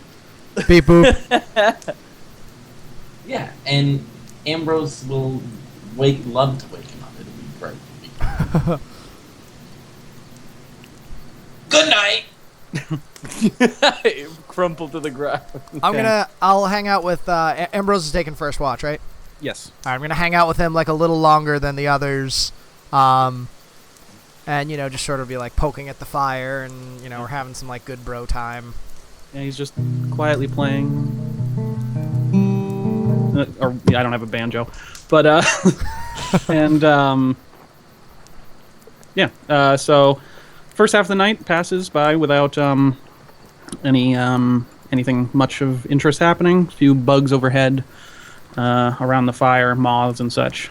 Ambrose gets up, goes over to where Riki is sleeping and loudly starts playing until trying to get Ricky's attention to wake up. Sorry, we're talking about pizzas right now because Kyle and I decided to order pizza. No, it's fine. So you want to just do 2 with pepperoni and bacon? I come out. Yeah. Okay, done. Yeah. All right. So I come out. I'm really fucking annoyed, and I'm like, Jesus Christ. Second watch. So yeah. I just like hang out, and I'm like really fucking perturbed. I'm sleepy, and I just like sit there yawning. Hang on, can we retcon back to before we decided the watches? And this is, with Riki with his head still poked out and say, well, since our elf friend here, I assume that he would have volunteered this information. He only needs to meditate for 4 hours, and there's 3 of us. That means that we don't have to only have 2 watches. We could have 3 watches, and then, 1 person gets a full night's sleep, and 2 people get most of a good night's sleep. Whatever I'm all for you. that, as long as I don't have to. I like look around, I give like a silent thumbs up and a vicious nod, and I zip back into the fucking tent. Actually, I don't think half elves have that. I think full elves have that. Really? I thought they did. I'll check. Okay, well, either way, I take mine begrudgingly, yet I do it, and I stay awake. Okay. I work really hard, and I tell myself a really great story about this great noble mansion in Phandalin that, as their family became in combat with a local mercenary group, ran away to Neverwinter to start anew. Okay. And that from there, a great man's father was attacked and murdered by the moon-sized monster. And, As you say, you look up at the moon itself. yeah, and I curse it. I look at it and I'm like, just like you. Awful. Just like you. I tell myself it, but it's very loud. And I am kind of pushing on one of the tents closest to me as I say it. Okay. So you stay up throughout the night with a belly full of greasy duck and some bad cheese and wine. Oh yeah, I'm eating that cheese and wine. Yeah, you make it through the night. You're looking out in front of you. You see some small rustles throughout the night, but nothing really happens. Nothing duck-like to me. Nothing duck-like to you. And the morning comes, the sun rises, and it is now morning. You'd like to keep on your way down the trail. I'm trying to kill time for Marley because he should be here like any minute. Yeah, Drag this out. He's supposed to be here at 8. He gets out of work at 8. Yeah. Yeah, have you messaged him? I did earlier. He said. What do you think? I'll message him now. I just want to know. Kyle, do you have cash? Yeah. I was trying to drag out that as long as possible, so it's like, and then Taurus is here. Yeah, and then Taurus is T-pose, which is like awkwardly laying in one of the tents. I am drunk. I am a dwarf. Yeah, I like stones. How about this, Booj? Do I have any interesting dreams throughout the night? Do I? Hold I on want a to know. second. No. Great. Do I? I'm gonna go put this cheese back in the fridge. So, Riki pretty much, as always, dreams of himself. It's basically just you looking in the mirror the whole time, flexing and doing cool poses. But on my finger is the Trisander Manor thing, and I keep looking and fidgeting it and being like, oh, it's not coming off. Stuck there. Uh-oh. Looks like I have to grease this one. Yeah. Iswal usually just dreams of thunderstorms. Imaginary great thunderstorms and running through them. And that's what his dreams are. But did you read that you are right, you half-elves don't have trance? Yeah. Okay. I know I'm right. Mm. No, I looked it up. Okay, so yeah, it was just me and him. So yeah, the morning greets you, and you can start your way through thicket. Through thicket thin. The Wyvern Tor. Through thicket and thin, my friends. Yeah, you pack up everything, put out the fire. Would you like to continue Yeah. down the road? Yeah, I'm like, someone had a plan? Someone has an idea? And I slap Taurus on the back a couple times, and I say, and I'm following! Rocks! Rocks! I'm like, yeah, man, I get I it. like mead. I'm like, yeah, no, we were talking about that earlier. I don't want to hear it again. Rocks. My man! My man, my man! Alright, so yeah, whatever I say, we continue on the same path. Okay. Um, So you're taking off from about here. You're gonna cut through. There's not really a beaten trail, but there's enough of an opening in between this kind of rugged land that you can make it there in a day. I call out some trees or some shrubbery that I would know. Anything that's like a seedling. Most of the same flora. Alright, well, I give it a one go and I say, oh, God, this is a. What was it called? I didn't An ice spike pine. Nice big pine. Yes, we heard you before. And I say, indigenous to the area. You don't What see a much shock of that we're finding them here, isn't it? And I nod enthusiastically. Okay. So, as you're walking along, Taurus actually is taking in the surroundings, and he is actually quite impressed. All of these hills are, the hills themselves are known for being large repositories for precious and semi-precious minerals and gems. But you can see now, or he can see now especially, that it's basically coming out through the ground, where like there are these large veins of ore kind of knotted into the earth. And he is quite impressed. Is he saying anything, speak on that to us? Says About rocks. Yes, rocks. I give a couple of fist thrusts and do like a jumping Shoryuken and kind of float to the ground. Just because his enthusiasm seems to be overflowing, it fills me with enthusiasm. Enthusiasm. Yeah, so that's just kind of how I roll. And I'm like, my man, he's back, baby.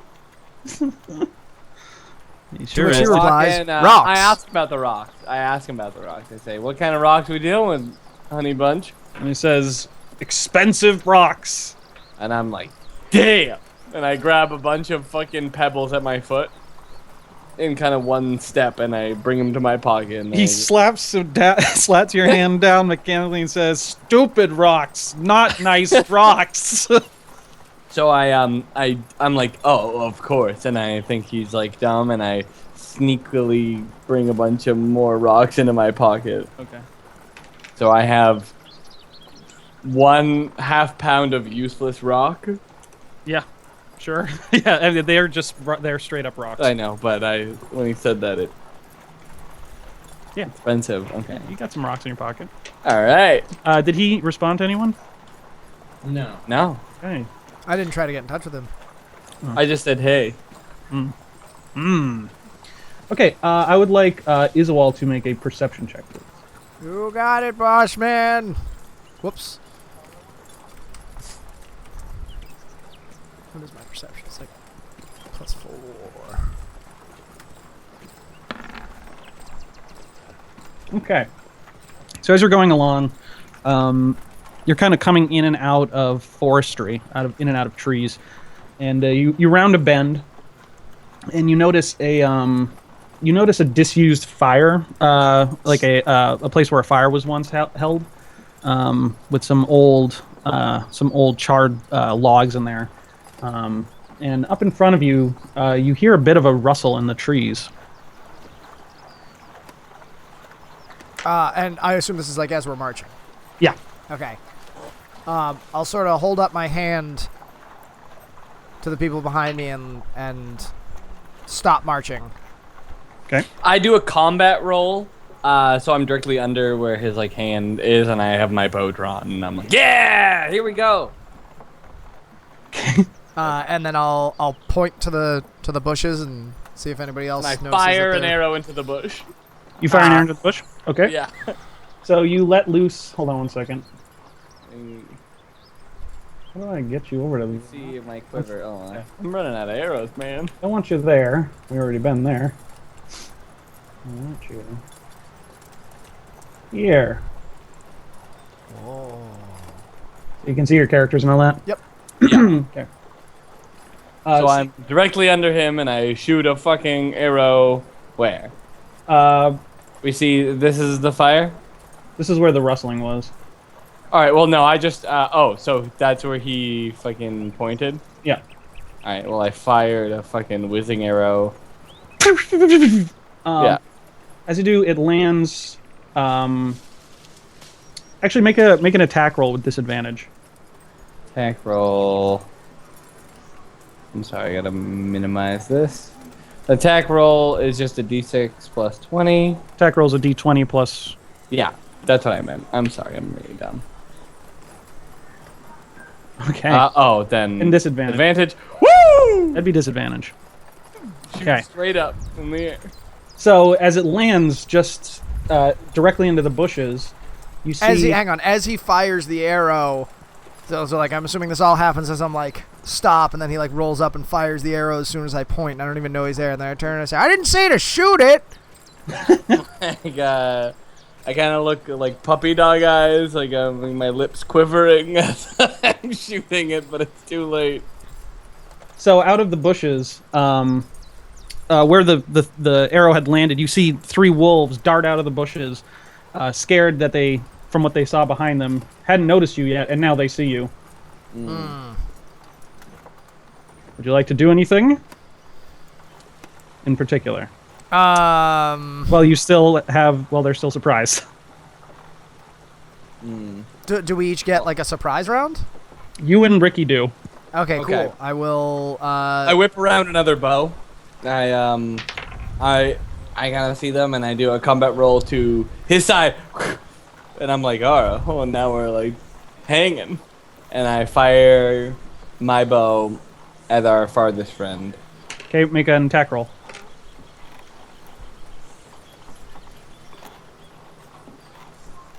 Okay. Okay. It does not find purchase, and it lands in the ground next to it. Now I'd like Riki. Isabel, would you like to do anything? Yeah, is this to scale? Like, are they 30 feet away? Roughly, yeah. Okay. Then I'll. Are they like they're looking at us? They've noticed us. They seem upset. They kind of. But They were looking behind them, upset that something had just landed right behind them in the bushes. As soon as they kind of darted out, you and Riki had a moment to do something before they kind of turn around and fully noticed you guys at the end of the road. Okay. But they have noticed us now. Like they are. This is a surprise. They will be. They will be after you're done doing what you want to do. Gotcha. Yeah, So this is 6 seconds. then Unless I'm you just kill gonna shout like, "Well, looks like we're eating wolf tonight," and then charge up, and bash one of them with Amanda. Okay, make an attack roll.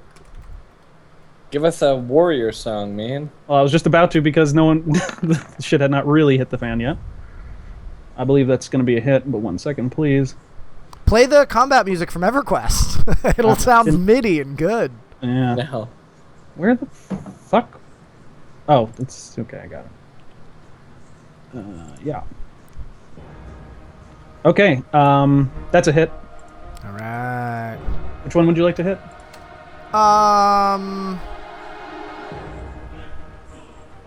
Let's go with this middle guy. Guy in the middle. Yeah, fuck the middle guy. There we go.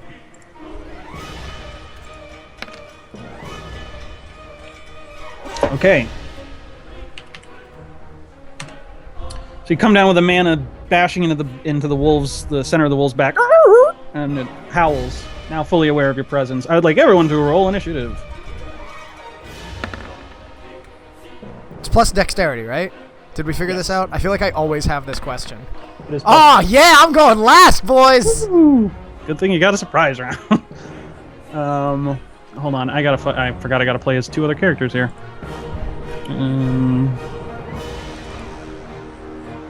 I'm just gonna say you can forget Stink. Yeah. For now, 'cause, No, you can always spawn thing, make him chase him. nah, I don't think Stink's gonna chase away any wolves. He'll probably get eaten and die. Yeah, but he comes back. He's unkillable. He is killable. I can as an action or as a secondary action or like an instant action, I can make him disappear. Really? But, yeah. He can die? Yeah, I mean if he gets Good thing you hit- guys are throwing him around left and right when Pete wasn't here. That was the best. We were like grabbing him and like stuffing him under the floor. Yeah. Whoa. That's awesome. Ambrose gets a 22. Wonder what I rolled. Nice, 10. Taurus gets, he's a -1 initiative. He's a 7.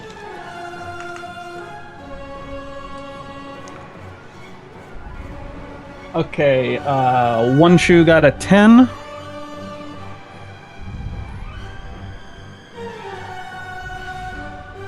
Iswell got a bad. Yup. And Riki Trisander Lightning himself got a 19. My man. Yeah, that is your man. Good job, Kyle. I'm doing good. This whole Okay. time. So Ambrose is actually up. What would Ambrose do? I think he would try to play a thing. He always seems to do some like strange buff thing Yes, right away that we never figure out. Well, it usually gives you Bardic Inspiration. Yeah. So he is actually going to do that. Let me just quickly look at Bardic.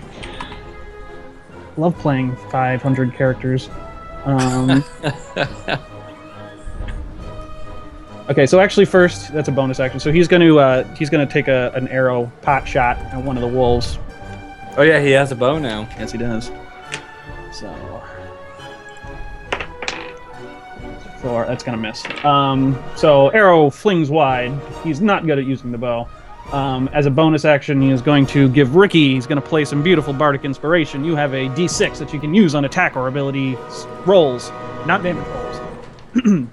I do a kickflip because I feel it. Yeah, he says, "I'm happy. You are happy." Yeah. And then we got Riki is up next. All right. So can I walk 30 and fight? Sure can. Yeah. So I'm like, fuck yeah, fuck you. So wait, I can't use it on 2 hit. You can use it as an attack roll or an ability roll. All right. So I'm gonna roll. So basically, if you get a low roll, you can add it to it. I'm going to add it right now, actually. Roll a d6, add it to that score. So that's a 13? Mm-hmm. That's a hit. All right. Which one would you like to hit?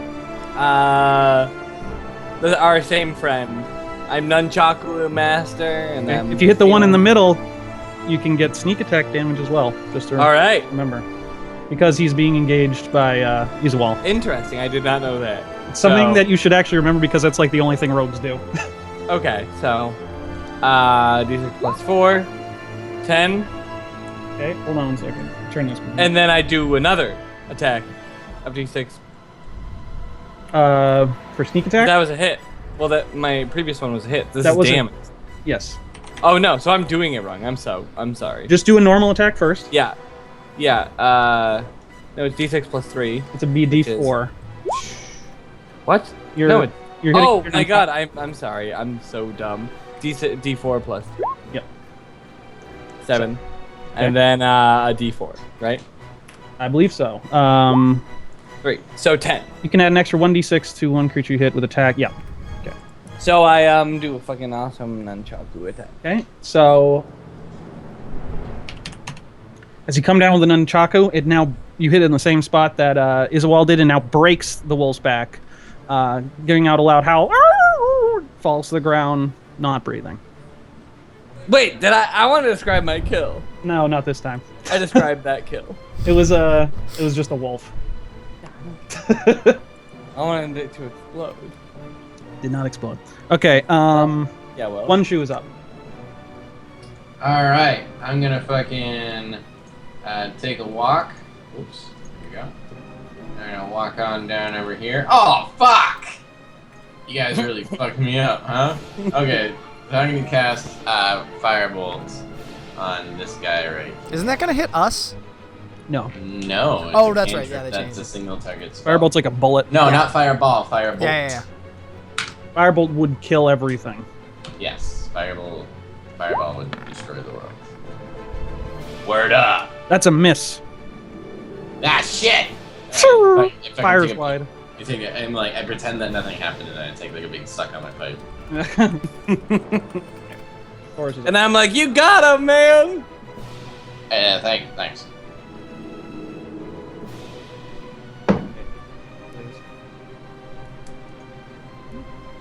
Oh, as I nunchuck it, I go for a high five with Iswal.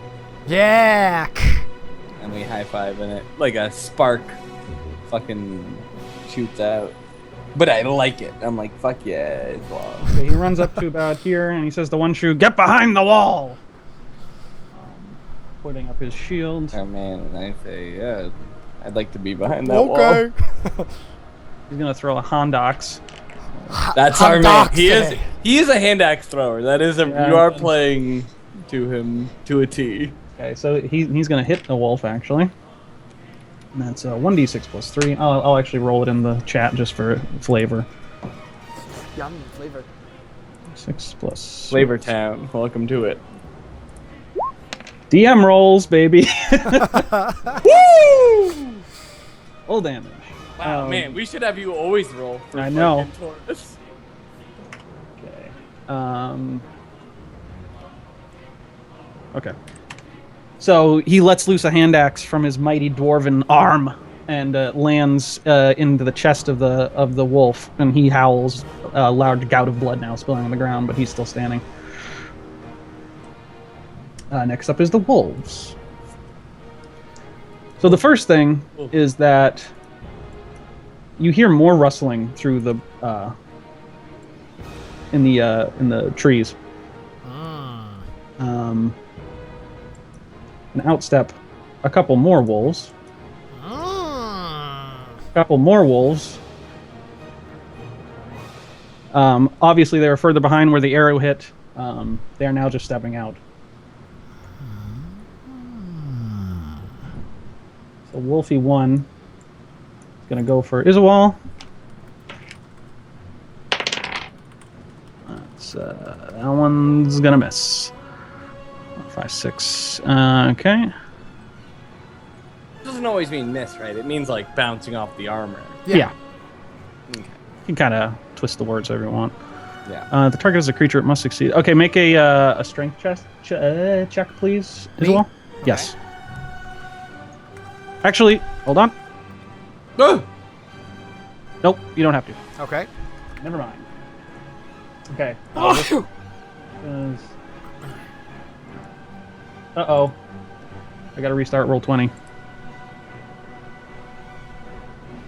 Things are fucking up, guys. I'm trying my best to hold this all together. Trying to play 2 characters and roll 20's dying on me.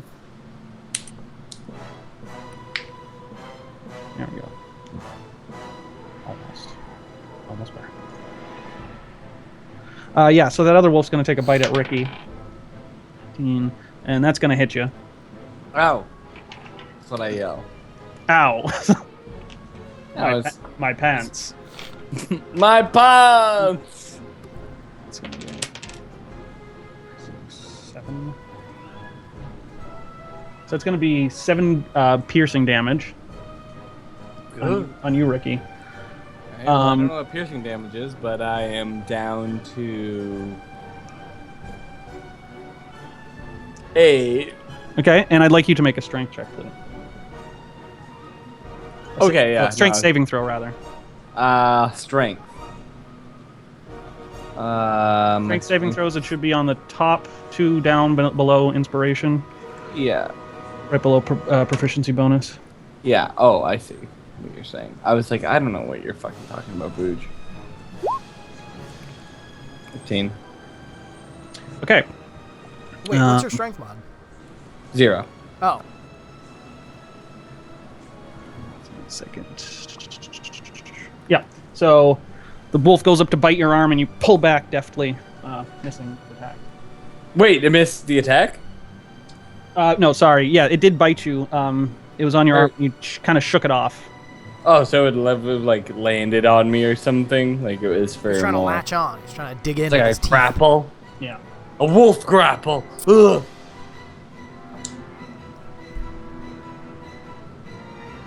So there's going to be 2 more wolves coming at. Actually, 1 more wolf coming at as well. Whoops, I made Whoa, him. he got skinny. He got fatter. Yeah, wolf full. Okay. Wait, but I'm within a distance of what's our main boy, right? Mm-hmm. So I have a defensive bonus. But the wolves actually have pack tactics. They get advantage on rolls if they're within 5 feet of their Oh. pack. So it actually, it just evened out. Okay. Okay, so gonna be a bite on Isawal. 16, 17, 18, 19, 20 to hit. Yes. Hit. Okay. It's going to be 5, 6, 7, 8 points of damage. And make a strength saving throw, please.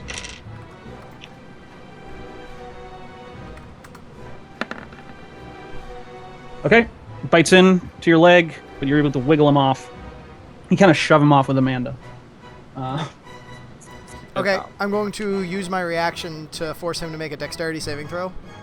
Okay. What is it? DC is... Can you guys explain what you're doing right now? Yeah, I will in a So I second. understand. He rolled an 11. What's the DC? Doesn't say what the DC is. Is this like Hellish Rebuke or something? Yeah, I have Wrath of the Storm. When a creature within 5 feet of me that I can see hits me with an attack, I can use my reaction to cause the creature to make a dexterity saving throw. The creature takes 2d8 lightning or thunder damage, your choice, on a failed saving throw, and half as much damage on a successful one. You can use this feature a number of times equal to your Wisdom modifier, a minimum of once. You gain all expended uses when you finish a long rest. That's maybe pretty it's just my crazy. spell casting DC? Guessing.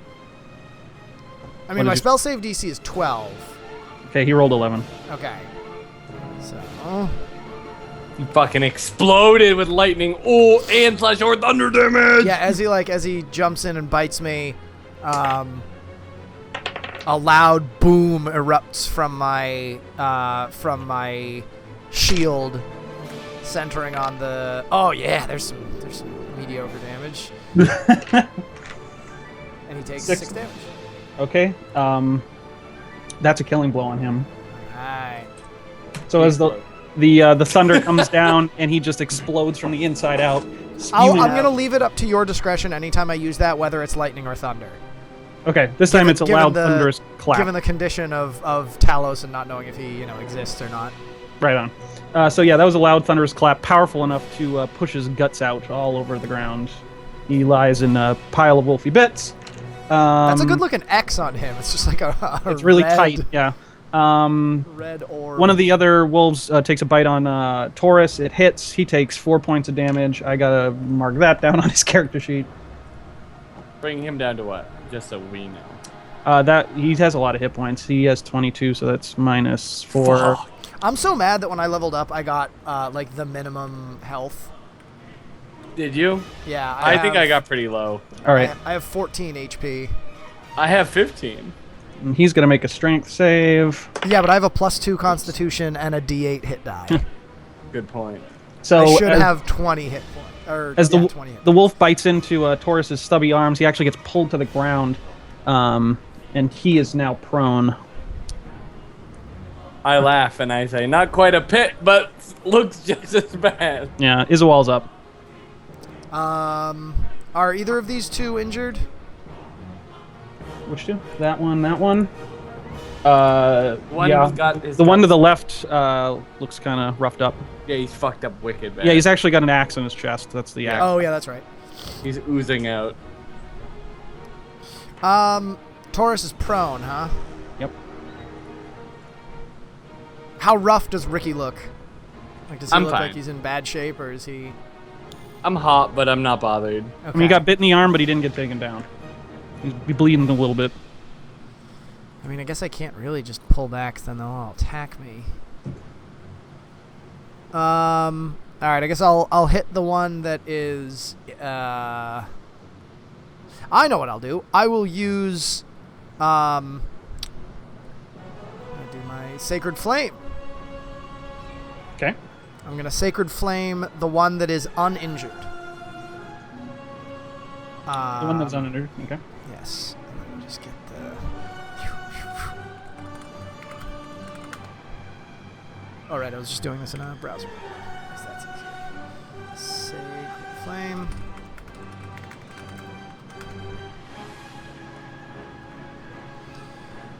Okay.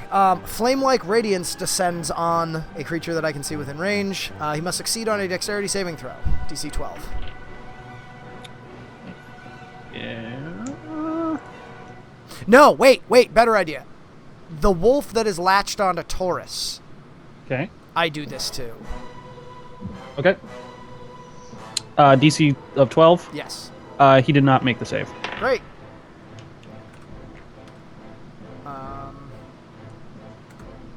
He takes that much radiant damage, 4. and I thought... I don't remember if it was the fat one. I think it was the fat one that did that.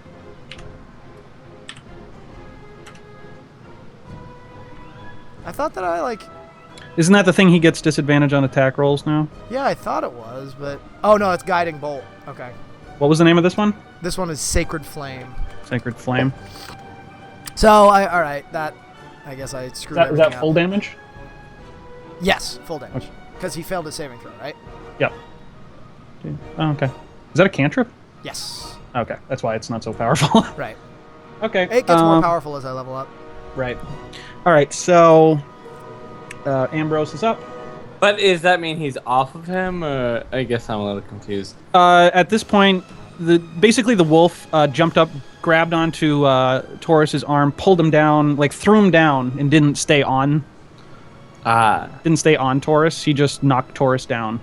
I thought he was grappling with him. Yeah. No, he's not grappling. Kind of I misunderstood. My bad. He just threw him to the ground. Okay. All right. If I probably should have said this to it, but like, if like in any condition, I will say, and he is grappled. Like, if that's the case. All right. All right. Marley just got off work. Said he had to stay longer than he thought. Unfortunately. But Ambrose is up. Is Pete still with us? Yeah, I am. I'm looking at spells while also watching you guys fight. Okay. Yeah. Oh, our main boy is walking up, huh? Yeah, he is. He's gonna cast Healing Word on Riki. And I gotta figure out what that does real quick. I believe that's What does he say to me? Make sure he says something really good. I have a lot to concentrate on at the moment. Let me think. Well, Booj, it's not up to you. It's up to... It's up to the It's up to the me that believes in you. Yeah, the theater of the mind, my friend. Well, yeah. Busy theater tonight. Is a fucking fire outside? What the fuck? What's that smell? Uh-oh. Hold on.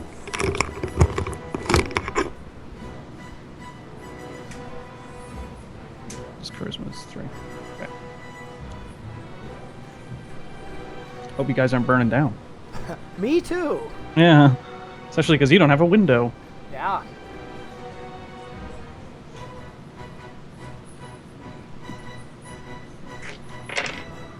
Well, he's going to be healing him. Actually, Ricky's up next, so I guess I have to wait. Actually, is that a bonus action? That is a bonus action. It's a good spell. Casting the spell? Healing Word. Oh, yeah, gotcha. So actually, he's gonna knock an arrow and try to hit. Let's see, from his perspective, he's gonna go for the one that also hit Taurus. So that's gonna miss. Shoots wide.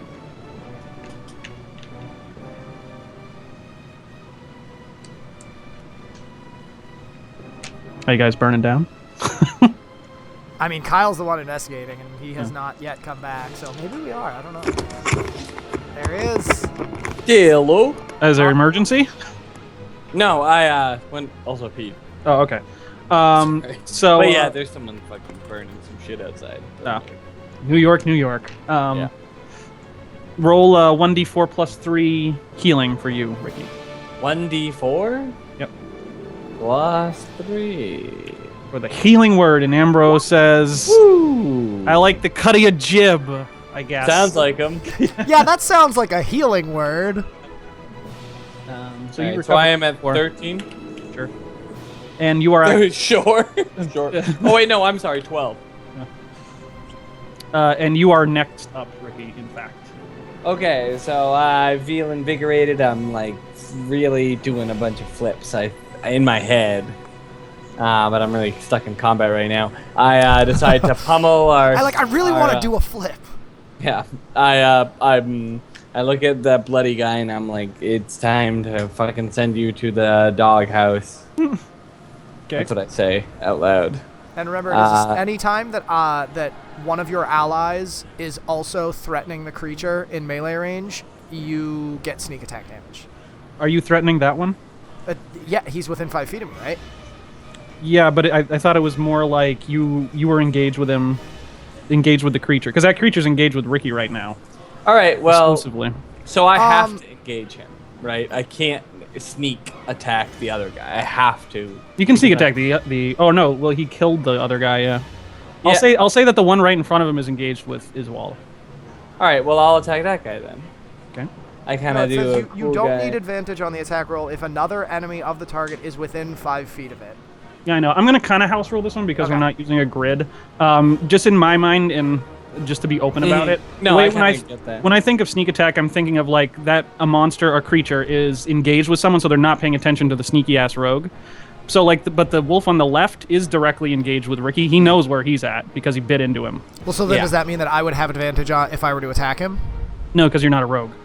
But no. I mean, just advantage on the attack. No, he's saying sneaky. This is for a sneak attack. I'm talking. I guess my logic is it's not like he's making one attack. You know, it's like a series of punches and kicks and nunchuck flips, and the wolves are like snarling and growling and biting and clawing like repeatedly. It's not like they wait 6 seconds, and 6 seconds is a pretty long time. Yeah. And it's like not like he waits 6 seconds and then goes chomp, and like that's everything. He's probably like, you know, saber rattling essentially. Yeah, but the way that the time and action economy works in this game is kind of unreal anyways. Do you know what I'm saying? Yeah. Yeah. All right. So either way, I'm going to allow sneak attacks as long as they're engaged with someone else. You can't sneak attack the guy that's directly engaged with you.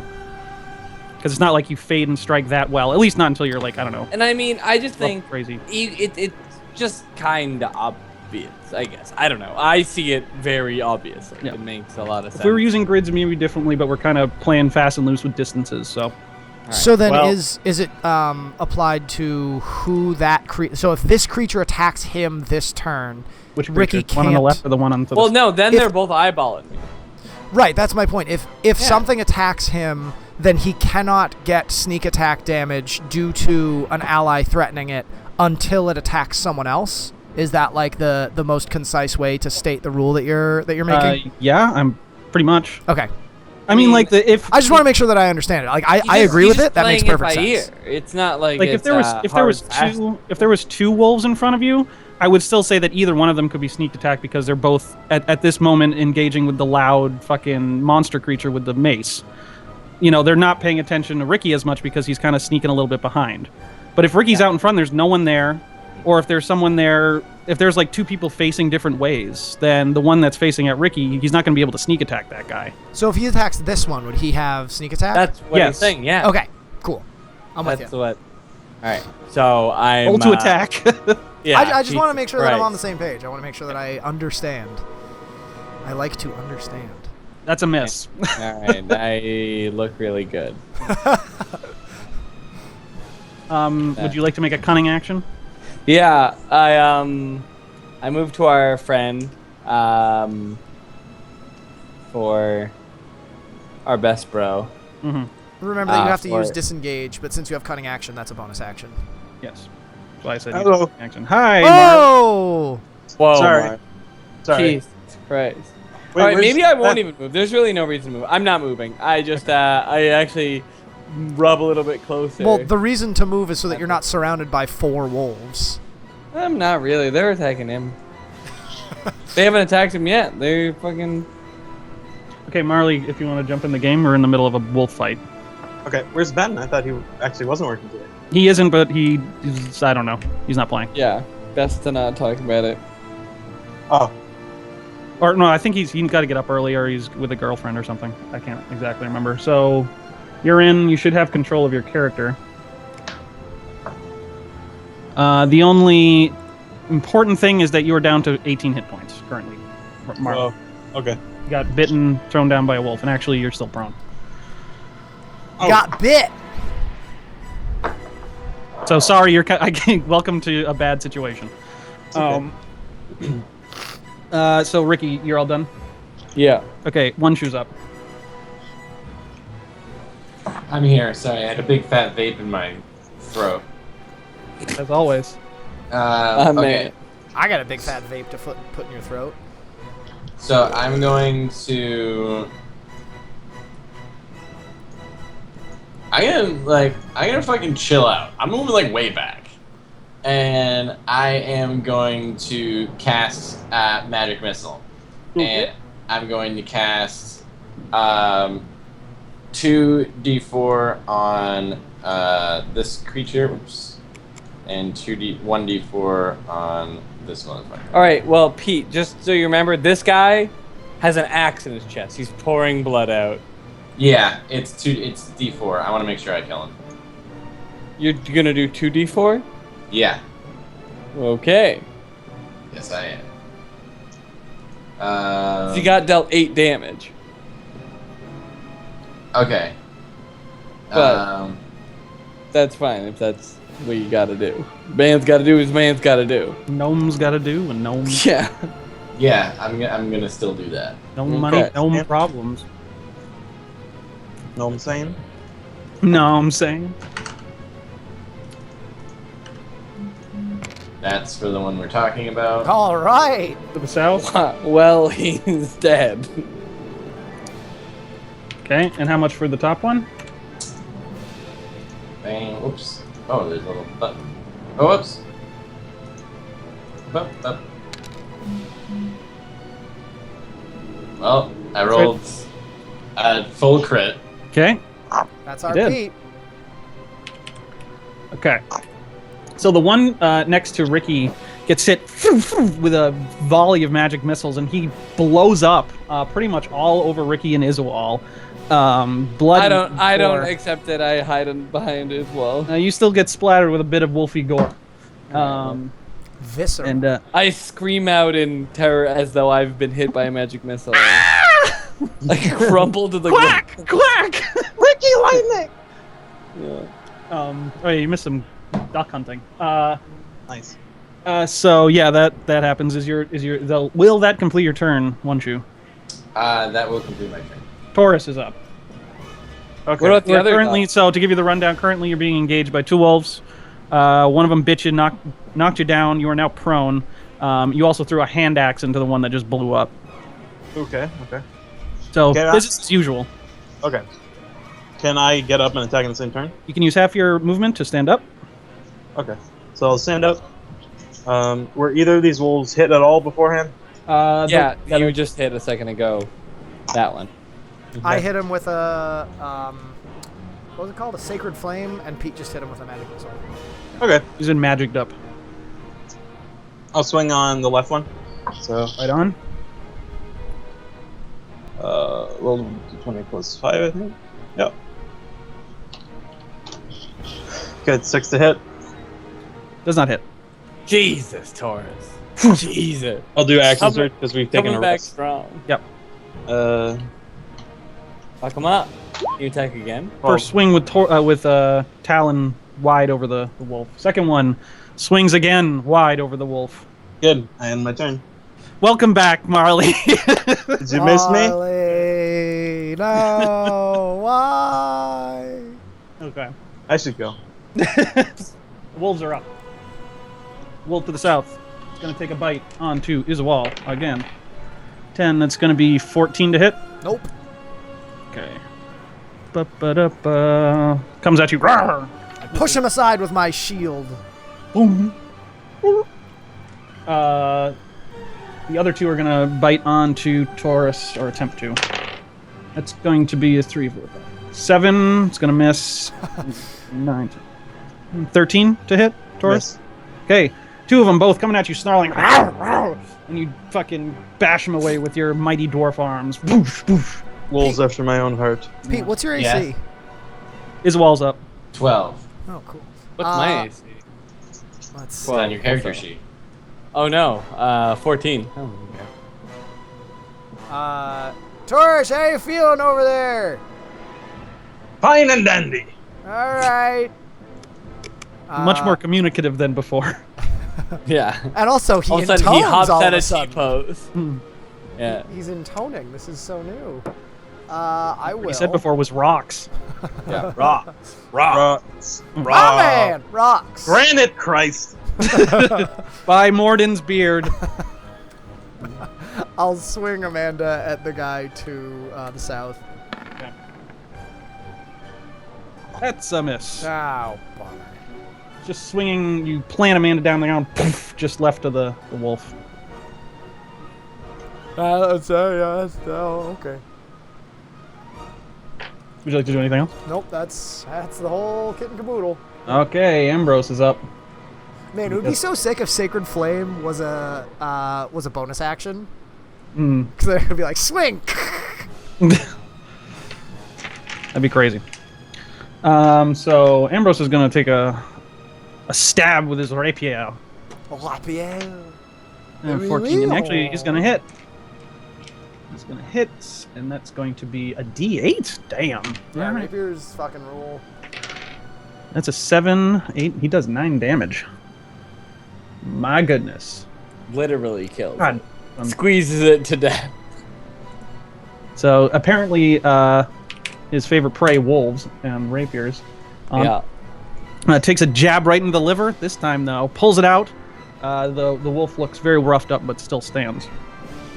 Whoa. Wait, that's the one that got damaged, though? Mm-hmm. Yep. He looks a little older and gristled than the rest. Ah. Riki is up. All right, I am Grizzled. like, yeah, I'm feeling good. Like, I'm just, like, leaping around. And I fucking turn on that fucking matted, dirty wolf, and I'm like, ah! He's getting turned. I kind of do like a spin flip and go for a sneaky attack, I believe they called them. It looks really good. I kind of like roll on our friend Taurus and I'm down with a strike. Wow, so sneaky. That's a hit. All right, and that's a D4 plus 6. No, D4 plus 3. And then plus 6. Plus a D6. Yeah. 10. Okay, that's a killing blow on the old grizzled wolf. Fucking smack him and whack him. Okay. After as many years of hunting, you finally deliver 2 swift blows of So that's nunchaku. their name. Yeah, right across his face, and then punch him right in the face with the sander ring, leaving a bloody mark that starts to drizzle down blood as he crumples to the ground. And I laugh at his heritage and nobility as a ancient wolf. I Wait, I'm think sorry. very. When you Yes. punch somebody with their ring, it says their name where you punch. Well, I- it's like the signet. Oh, I have okay. the I thought signet it's like ring. I thought it was like you engraved their name. That's We some all anime have- shit right there. Yeah. And One Shoe is up next. Unless you have something Alright. else you'd like to do, Ricky. No. Okay, One Shoe. Okay, I'm going to cast a firebolt at the remaining wolf. There are 2 wolves. At this That's a wolf. critical hit. At this wolf. Okay, roll damage dice twice. Twice? At fire. Okay. I actually don't know the damage for this spell. Fire! Here we go. Firebolt. Firebolt.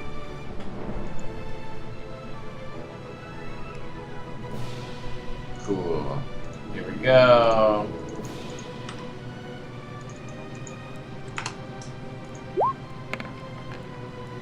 Double damage. Is that plus any modifiers? Nope. Okay, so straight up 9. Yeah. 9 will be a killing blow on that wolf. Fuck yeah! Spells.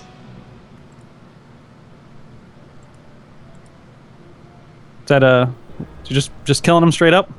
I thought you were doing all of the killing blows. Oh, well, no, I was just kind of waiting to the last couple. Oh, Especially because okay. you got crit damage. Yeah, so his fucking tail fucking catches on fire, and he starts running around, and he starts trying to chase his tail. Yeah, he's chasing, trying to make his send this to AFB. trying to make his tail not catch on fire, and then he explodes. Fiery explosion, just explodes. Like, in a fountain of gore raining over all of you. Yeah. No! Quack!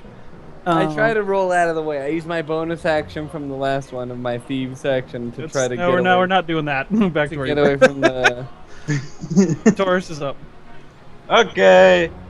I can't wait until you roll another one. I'm gonna wait. Where's anything? They're all dead. Oh wait, this is the Seth one. Yep. Up. All right, I swing. I On swing. that side of him? Yeah, Yeah, fuck his butt. I love it. Oh my god. That'd be Nice. Amazing. I roll in the dirt and end my turn. I love life! And I say, that's our boy! That's our pit dwarf. Yeah. Yeah. So, just over the wolf. That wolf is actually going to take another bite on Taurus. Not Taurus, Izawal. And that's going to be a 23 to hit. Yeah. If we were playing like 3rd edition, you know how many times I would be dead by now by rolling ones? Oh, yeah. No. Oh, I know. Let's see. I haven't actually had to roll damage in so long. Nope, not D6, it's D4 is booge. Jesus Christ. Okay.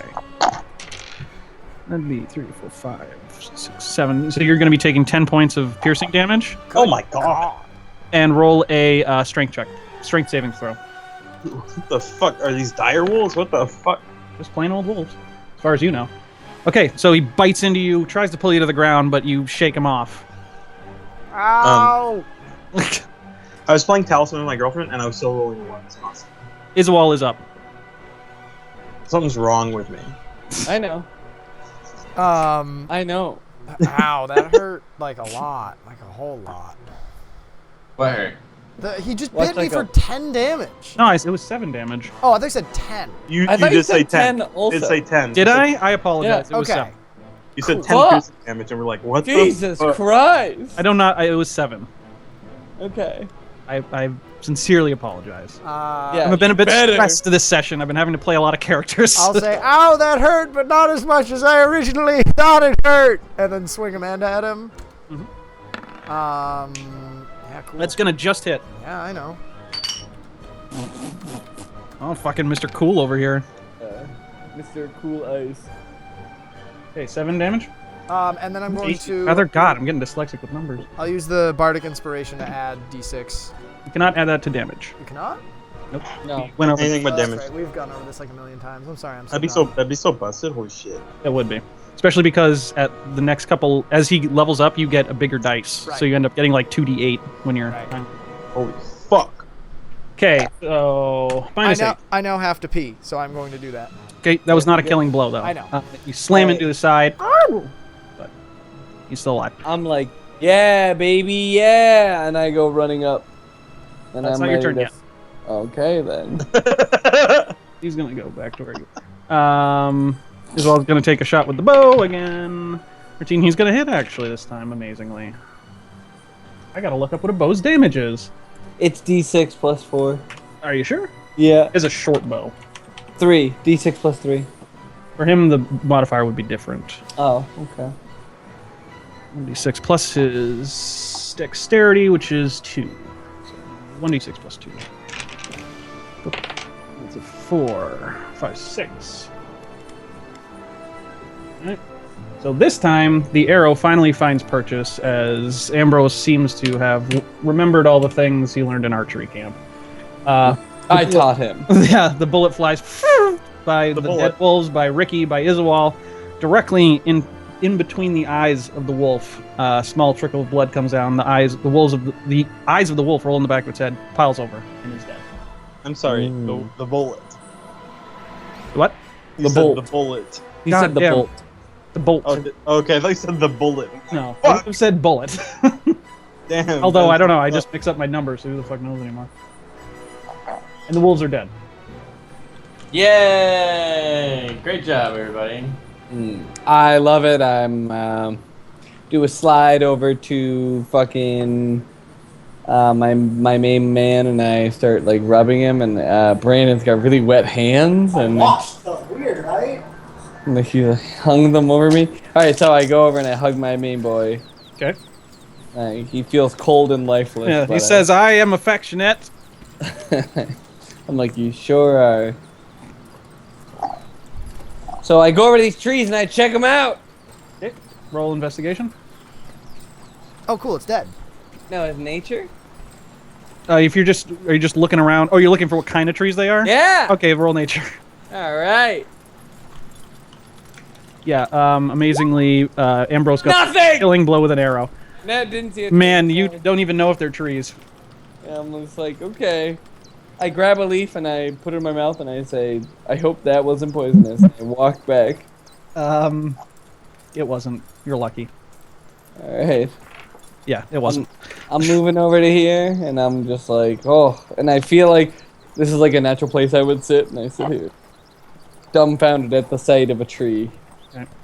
I'm going to take a quick piss. At this point, you guys can either start setting up camp for the night, or you can continue moving on. And so talk amongst yourselves. For that. Did he say what time of day it was?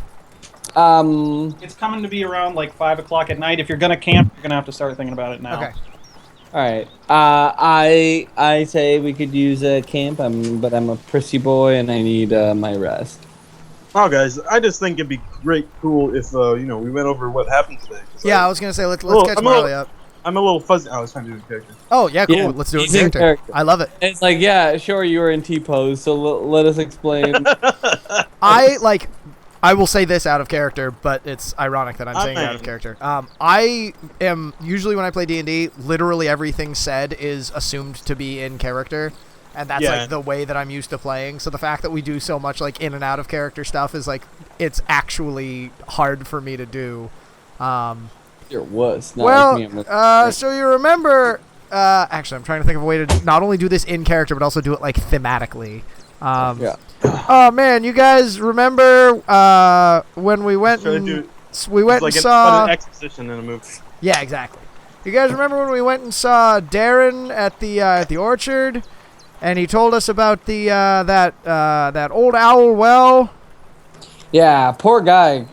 Little off, if you ask me. What did you think about the fact that he said there were prospectors being chased away from it by undead? You know, he said that was peculiar for the area, but the thing that I didn't realize that One Shoe figured out, he told him that it was the well was actually a destroyed tower of Netheril. Do you guys think that might have anything to do with why the undead are there? Seems like a lie to me. I don't even know I what don't the believe Netheril is. We don't either. Oh, okay.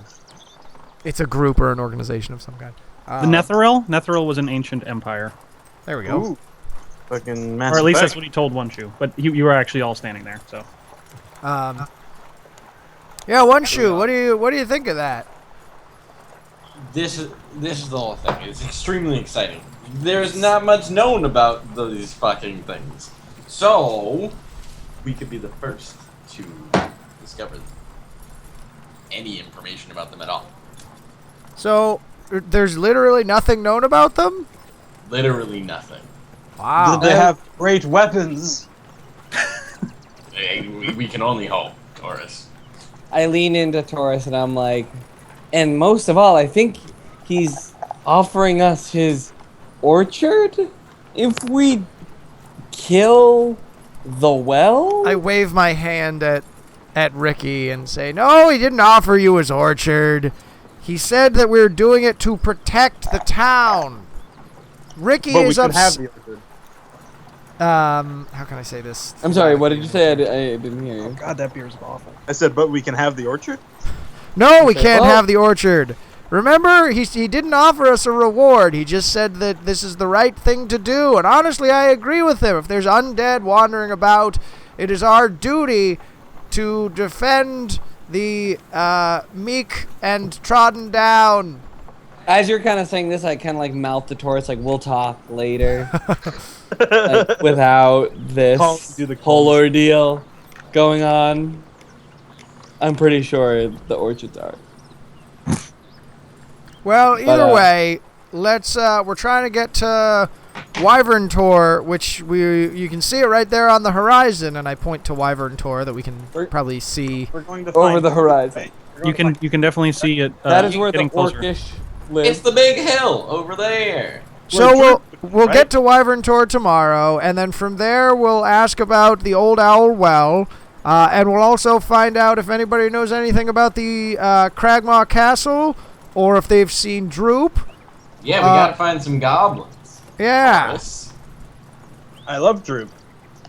Yeah, too bad you fucking let him get away. I forgot we did that. If you love something, let it go. I heard And that. I give like a big, huge thumbs up to Taurus, and I'm like, you learn from the best, man. I say, I let my father die for the moon-sized monster because I cared about him so much, and I needed. You care about the moon-sized monster? I crush my fist into my hand and I say, "Of course not! The moon-sized monster took my father!" As you say that, a bunch of doves in the trees go. Flying away. Wait a minute. You said you let this moon-sized monster you've been speaking of, you allowed it to kill your With father? My fist up in the air, I look down at him. Say, "Of course not. Moon-sized monster." You just got really overpowered." quiet all of a sudden. Can you like talk closer to your mic or Yeah, something? it's because when I yell, it like Yell. gets quiet. I look down with my fist still posed up in the air. Can you hear me? Yes. Yeah. Still posed up in the air. I look down at our little friend One Shoe and I say, in kind of a simpleton voice, I'm like, "Of course I did not let him be killed by the moon-sized monster. The moon-sized monster tricked our family, obviously." And I look back up at my hand, and as I say, "and killed my father." Well, you know, and I'll look around at the other members of the party. It's getting to be nightfall. We might as well make camp here. We know that we've got some wolf meat to cook up. Riki, you really haven't told us much about this moon-sized monster or your father. Did either of them worship Talos?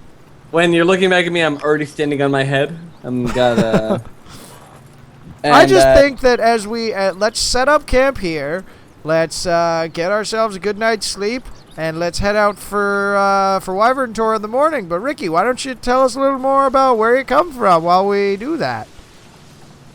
I'm still in like headstand and like kind of looking at you, and I finally remove headstand and say, "Yeah, you guys cook up that meat, and I'll be here when you are ready." I take a lean on the wall. I like look around and start setting up a tent, and then like gesture to Riki as if to say, "Okay, let's have it." But as I don't see everyone gathered around, I want everyone to gather around. I'm making a fire. I do a gather round. I say, "One Shoe, I'm it's very important, man." Hello? Hey, Oh, Hello. I thought my mic cut out. I did hear a pop. I did hear a pop. I thought maybe I like Pop, pop. Fine. So you guys are setting up camp. Yeah. Yeah. And I Want to cook the wolf meat? Oh, one Yeah, other we're very cooking important wolf thing, meat. Marley, that you missed is we made a rule that the first one to fall asleep has to take the second watch. Okay. That's which nice. is most likely always should be the human because humans probably need more sleep or something. But okay. Ambrose so, will volunteer for first watch again. Mm. He says, "I am brave and I will stand first watch." Well, you took watch last night, so why don't you get a good night's sleep tonight? I'll take first watch instead. Sounds good. I'm going to sleep now. This is a very good impression. Not even kidding. That is true. All right, so Is there anything else you'd like to do before? yeah, no, I tell a bit of story of so I say as everyone knows, I am Riki Lightning. Riki Tresendar Lightning. My family has lived for as long as I remember in Neverwinter. Noble and brave, cunning and honest. The Pizza. Tresendar Lightning name has always stood. Yes, question. Sorry, I thought I heard someone say Brandon just like answered the phone. Yeah. So Everyone I'm is gonna be now real- looking around Riki, who almost seems like a teacher, bathed in the glow of the firelight, saying, "Let me tell you the story of how great I am." And Yeah. he's looking for people to ask for questions, but everyone seems kind of... And I'm like, Tired. question? Anyone? Question? And I kind of like kick fucking Ambrose awake. I'm awake I'm like, now. I'm like, Ambrose, question? No, I like you, Riki, as a friend. Or maybe more. I like you, or maybe more also. I'm going back to bed now. And I say, okay then. Good night. I don't answer him. So I'm just gonna wait for our boy. I'm gonna write something. Our baby just so I baby can boy. kinda make sure I have. So the night goes on. Oh, this is actually something for Taurus since you weren't here, Marley. Okay. Oh shit! I almost knocked over all my stuff. Not that, but as you were walking here, actually, I'll move back to the map. See kind of where you are. If I can move this fucking scroll bar at all. This is a bad feature. I have to kind of, because I have too many maps on here, I have to move you like 2 maps over. Okay. So you are about, say, here. You can see that. You've gone off the trail, and Okay. particularly Taurus. You've noticed throughout these hills. You want to get pizza? Pizza. Give me that. Throughout these hills, you've noticed that you know these hills to be famous for their being mineral rich. There's a lot of mines around here. That's like the major income. But this is the first time you've actually walked amongst these hills, and you can actually notice that there are like large veins of ore kind of protruding out of the hills themselves through the grasses and to you, for your dwarvish persona, it's quite beautiful. Quite a beautiful sight. I love the rug.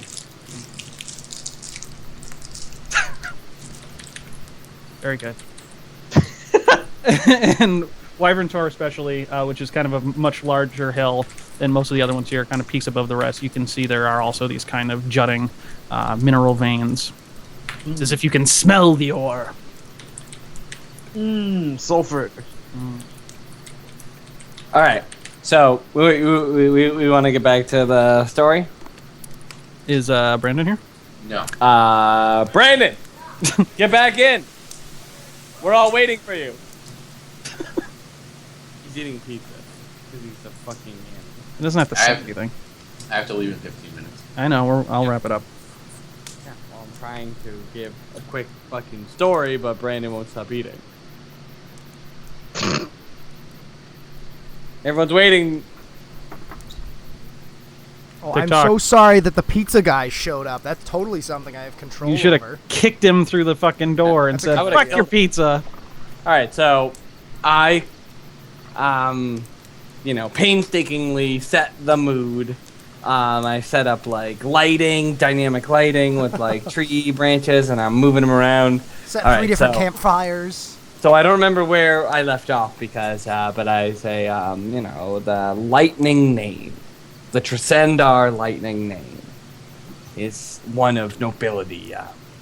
Throughout the annals of time, my name has meant honor, honesty, and prowess throughout the lands. As you all know, my nobility began in such meager, foolish, potato-sucking towns as Phandalin. And it was only later when when my family, my bloodline, collected enough. Missing word. Well, points. Wealth. become one of the fame. great the powers of Neverwinter. And it was there my father made a grave mistake, bargaining with the moon-sized monster, betting his entire wealth against that of the moon-sized monster. Distant wolf howls. And I pause for dramatic, letting out a quiet fart. In that pause, won't you please make a history roll? Word. He rolls really well. Oh, this whole story is bullshit. And you know that because you have history. So you know that your knowledge of the ancient families of Neverwinter, there is no such Tresendar family. That's just something you want you. I continue on. It was after that fateful night that my father lost and died in the jaws of the moon-sized monster, defending my family's honor.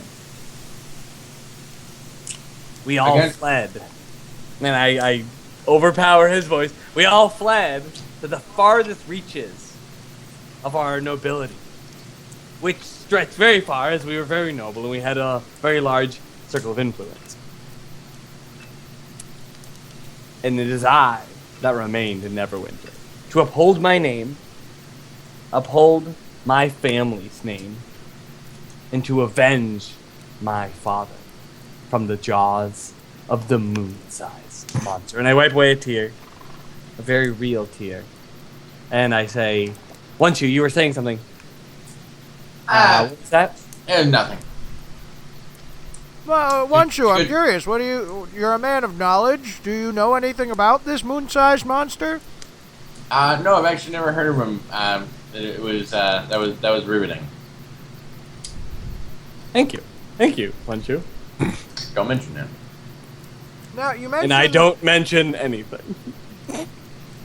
You make frequent reference to the size of this moon-sized monster, but nothing else of its appearance.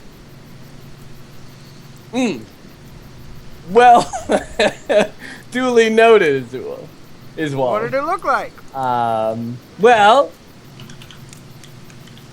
and I'm kind of like sitting for a moment and I'm thinking, I'm saying, have you ever seen something so indescribable? Something that would make your mind reel into the dark recesses. Something that just cannot be. No.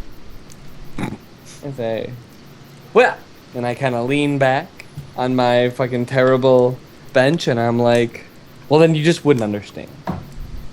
Let it be known that this monster could be the size of the moon. Or even more likely, larger. And I'm very shocked at this. Gesticulating, I bet, with your arms. Gesticulating. And I say, there's no way to know, really. Now, when you say it's moon-sized, do you mean, and I'll point up at the moon in the night sky and say, that big? I don't look up, and I'm just like, Iswal. I know it's hard to believe that there's something bigger than you and I. What are you talking about? I'm a man of Talos. Of course there's something bigger than you or I. I say, and Talos there's is something... bigger than the moon. Talos is bigger than the moon-sized monster. And I actually touch Talos. I make physical contact with him, and I say, if only Talos... You mean Iswal? Yeah, Iswal. What did I say? Iswal. Talos. Oh, okay. Like, you do not commune with the gods directly. Yeah, I touch Iswal on the shoulder, and I say, if only Talos could help me. And there's tears running down my eyes. And I say, I would pray to him in a moment. And I say, I'm off to bed. I'll be taking second watch. And I stand up and I walk to my bed. Okay. I'll be taking first watch. Okay. If no one else. I already volunteered to take And then it, I like, casually dive into my bed as I do with my shoes spinning out. side. Okay. Is One Shoe or Isawal taking first? I take the load off tonight as well. I would like to. I have a lot of things to think about tonight. I was gonna do a thing. After he said like if Talos could help, and he's like, yeah, if Talos You could can help, both stay up. Yeah. No. Yeah. I mean, I was gonna do like a thing in that moment, Oh. as he says like, Okay, yeah, you know, alright, if so I wait Talos for a could second. help, if Talos I'm could help looking- me, I would pray to him or something like that. And then he says, well, I'm going to bed, good night. And then as he walks away, I'll say like to myself under my breath, not trying to hide it from anyone, but probably not loud enough for anyone else to hear unless they are particularly perceptive at this moment. Just say like, I probably would too, if he was still listening. I heard it. You can't. No. The crackling of the fire is loud enough that Okay. obscures his voice. His murmur. I'm already diving cartoonishly into my bed. With a woo sound effect. Yeah. Whoop! Well, One Shoe, if you want to take watch, be my guest. Thanks there, pal. Okay, once you make a perception check, please. I just have to check.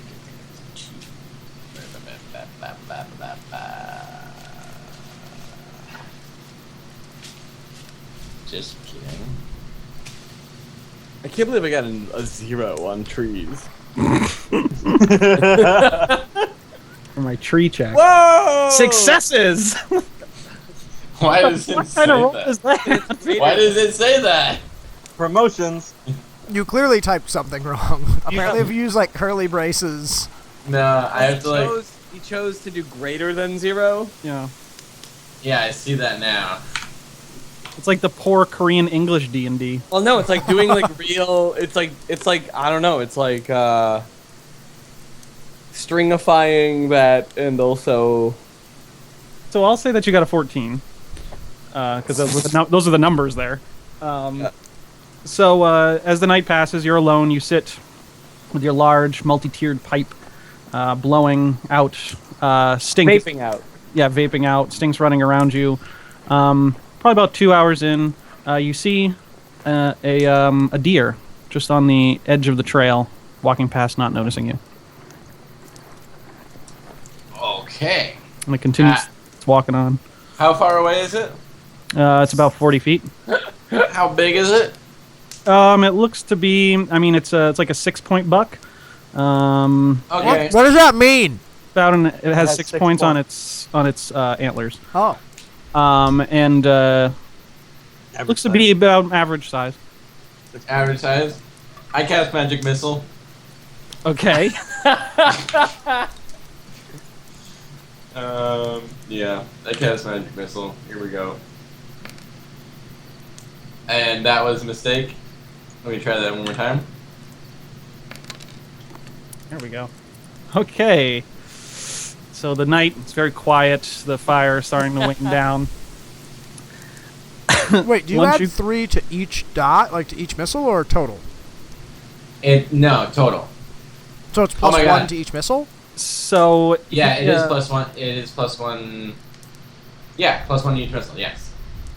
As you get up, you notice this beautiful stag moving in through the night. There's fireflies around you, and you let loose 3 huge bolts of energy streaking through the night, lighting up everything. And they sound like fireworks, just fucking incredibly close, waking up everyone. Yeah, Because they hear the sound of battle, essentially. The 3 bolts slam into the side of the stag, blowing its entire torso to bits. It falls over and fucking lands dead in the trail. And you hear rustling all throughout the trees moving away from you. What the fuck? I got a boy, 1, 2, saving the day. Yeah, don't I mention run over to the gored corpse and I'm like, take that, fucking orc. I come out like Oh 5 my seconds God. later with my armor like half slung across my shoulder, like still half asleep, but like I tried to put on my armor and failed. Holding my flail like a shield and holding my shield like a flail. I'm I- dragging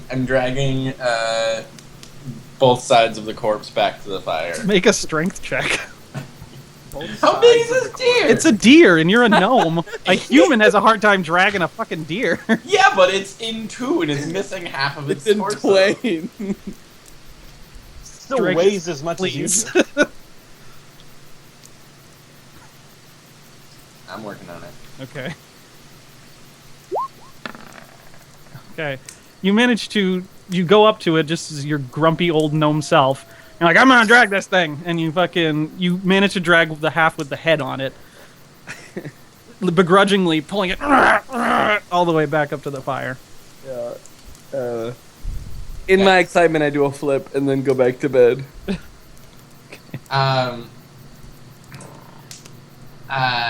So, I, sorry. Just so you guys know, whoever is keeping second watch, be a little bit extra careful, because it sounded like there might be more than just a deer there, and sorry about all the commotion. I give like a thumbs up because I'm never quite asleep right away. I give a thumbs up out of my tent and slide it back in quickly. You got a fucking tent? Yeah. You all Oh do. yeah. Yeah, Oh, actually, you all- we gotta tell you about the tents we bought that are hanging off of you, You have 3 two-man tents. Oh, okay. and you're holding my tent. Yeah, I figured it goes without saying that my tent is up and like available for people to sleep in. That's part of the setting up of the Okay, camp. cool. I have a string I keep in front of my tent, which kind of means like just for me. Okay. Like a Nice. nonchalant. No boys allowed. Yeah. Unless you're Ambrose, Right. but even Ambrose. Yeah, Ambrose gets to come in my bed. Yeah, of course. Okay. So would you your night watch is over. My night watch is over. Yeah. I was Well, I like- mean, you're half of the watch. Yeah, so I come out. Yeah. I'm ready. I mean, you're awakened by the magic missiles. Yeah, I come up. I'm kind of tired, but reasonably rested, and I sit down. Has sufficient time passed to say that is it safe to assume that everyone else is asleep? Yeah. I mean, Okay. everyone got woke up by the magic missiles, but they were so groggy that they kind of fell back asleep. Okay. They're just So- like, oh, fucking Ambrose is killing more wildlife, I guess. I'm not Ambrose, fucking one shoe. Yeah. A regional hunter. Tressendar family. And I like shoot a glance, and I'm like, "Yo, what up?" Well, what up is the Tressendar family, that the same family from which we just finished adventuring in. Their bloodline expired almost nearly 200 years ago. I know that you're lying about this whole nobility thing, and I want you to elaborate on why you would do something like that. So I kind And- of shrug, and I'm like, "Okay, one shoe, Nymphompton." And I kind of like try to take off the Tressendar ring, and it won't come off, and I just like leave it. I'm gonna go. I may not be a Tressendar. Yes. Okay. The But truth I comes am out. of nobility. I am still Riki Lightning. And I kind of like look toward all the tents, and I'm like, come on. Think how much we've been through. Of course. Go. I've been in Neverwinter. My whole family's been in Neverwinter. Blah, blah, blah, and I kind of just like blah blah blah blah. Okay. Yes, in there. So, Riki, the thing is that I don't necessarily distrust you.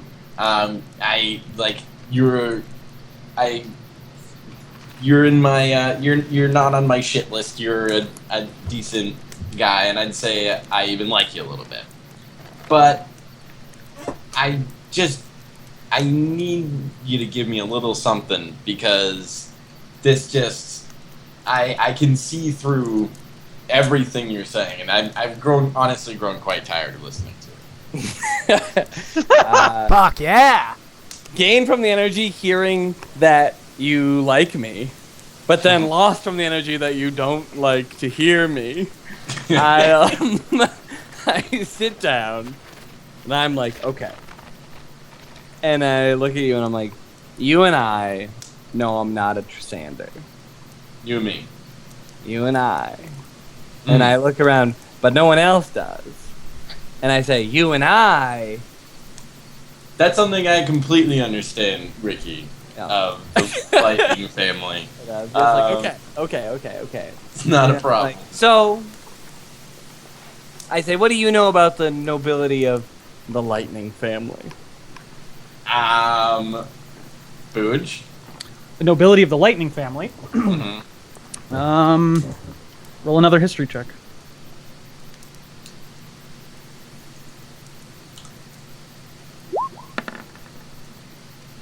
You've never heard of a Lightning family.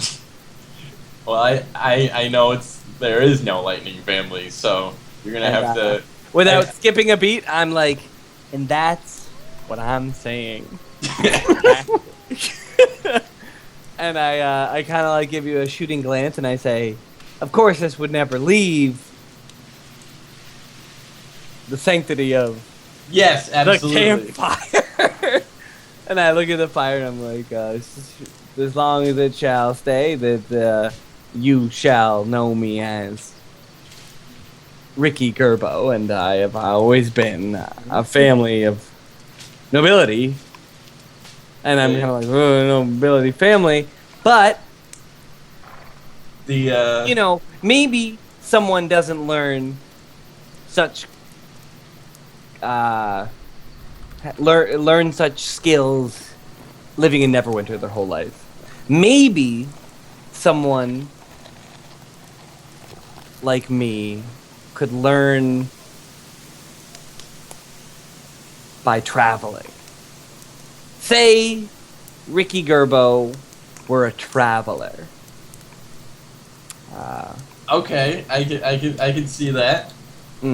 Say, let's say, on the offhand, that maybe I worked in a carnival. What? A carnival. What? You know, jumping, flipping, for money. I do notice you flipping quite a bit. So this is starting to make a lot of sense. A lot of coincidences, I understand. But stay with me, won't you? I'm trying to paint a picture, and I don't want you to get confused. Say this were to be real. Could that maybe make more sense? That does make a lot of sense. The spinning, jumping Gerbo family. That's great. And I hold up a hand, and I say, "Are you familiar with I'm sorry. Give me one moment." I say, "Are you familiar with Master Shen's traveling caravan?" I fucking put my hand to my chin. I'll say with that knowledge roll beforehand, yeah, you've heard of it. You know that it's a traveling group of gypsies and acrobats, usually around the Waterdeep and Neverwinter area, kind of traveling between the big cities. Okay.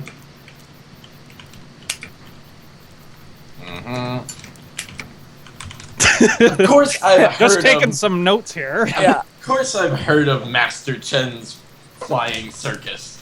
And I stand up. Like, I love that shit. Yeah, and I'm like, well then, you may have, oh, okay, so I stand up, and I, pat my nunchucks, and I'm like, well, you know, his flying circus may have landed, but, you know, there are, fledglings among us. And I pat my nunchucks and I say, that'll be all tonight, won't you? I've got to go keep us safe. And I say, Riki Lightning has to keep everyone safe tonight. Okay, that sounds alright. Just know, Riki, that I'm a man of truth. This book, like these things. I spend a lot of time searching for the truth, and I find it quite often. And I sort of I do it kind of like dust my shoulders off a little bit. Just know, be careful what you say to me, because I'm gonna have to ask you about it later. But I shrug, rip off the ring, and throw it into the fire, and I go, "You're right. your secret's safe with me. It's Riki Lightning." Good night.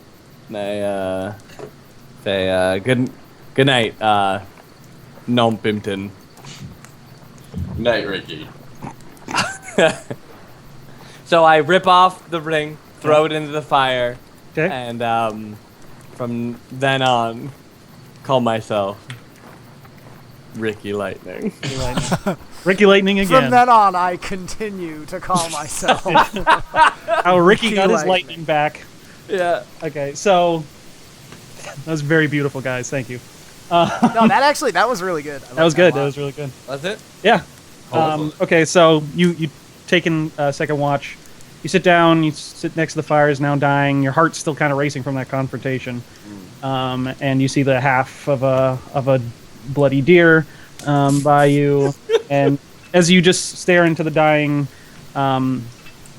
fire, you see the ring get redder and redder in the embers, and eventually kind of melt down into nothing. That's a hot fire. What was that ring made of? Stuff that could melt. Gallium. Meltable It was made of cinematanium. Oh my god, that's so good. And your night, you're in your own thoughts. Not much happens throughout the rest of the night. The morning comes, and you see the sun rise as everyone stirs and awakens. You can see Wyvern Tor ahead of you. It is large, it looks craggy and dangerous, and you're off to hunt some orcs. But that will happen next session. No! I want to keep going.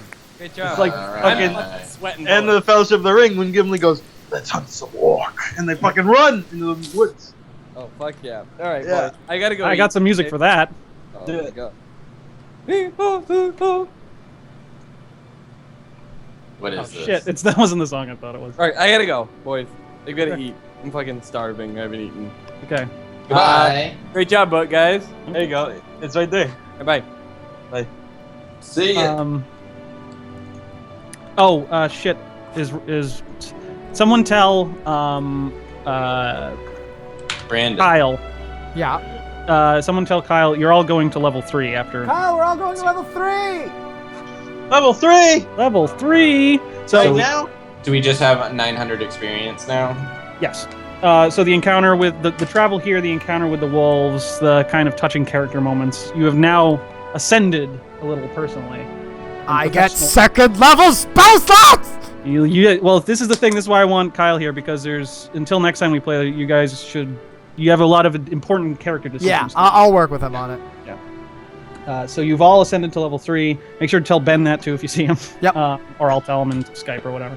Good shit, guys. Yeah. And so you're on your way to Wyvern Tor. Awesome. Right. I can't wait to level up my character to level 3. Yeah. This be is so when you kind of exciting. start becoming a character. Yeah. Second level spell slots. Yeah, Marley, you're going to be picking a martial archetype. Or did you actually do fighters? Oh, yeah, that's he did. fucking awesome. I thought he picked it at level 1, and that's how he Is got it? his like defensive something or another. He like picked his style. I think fighters get something at level 3. Something big. Let's see. No, yeah, you pick your martial archetype at 3rd. Oh, he picks picked his a fighting style at first level. yeah. Okay. Yeah, so you're Wait, gonna this- actually be picking what kind of fighter you want to be. This is so cool and good. Pete, what do you get at level 3? Not Second much. level spell slots. Actually, I yeah, get- you get. What do you I mean get- not I get much? a Second lot. level spell slots are so good. Yeah. I got actually I have one more slot for level 1 and level 2 spells. Oh my God, do so I that's get that? actually fucking awesome. I can cast 4 first level spells. I'm so strong. It's fucking exciting. Oh, I'm too hype. It was a good session. That was.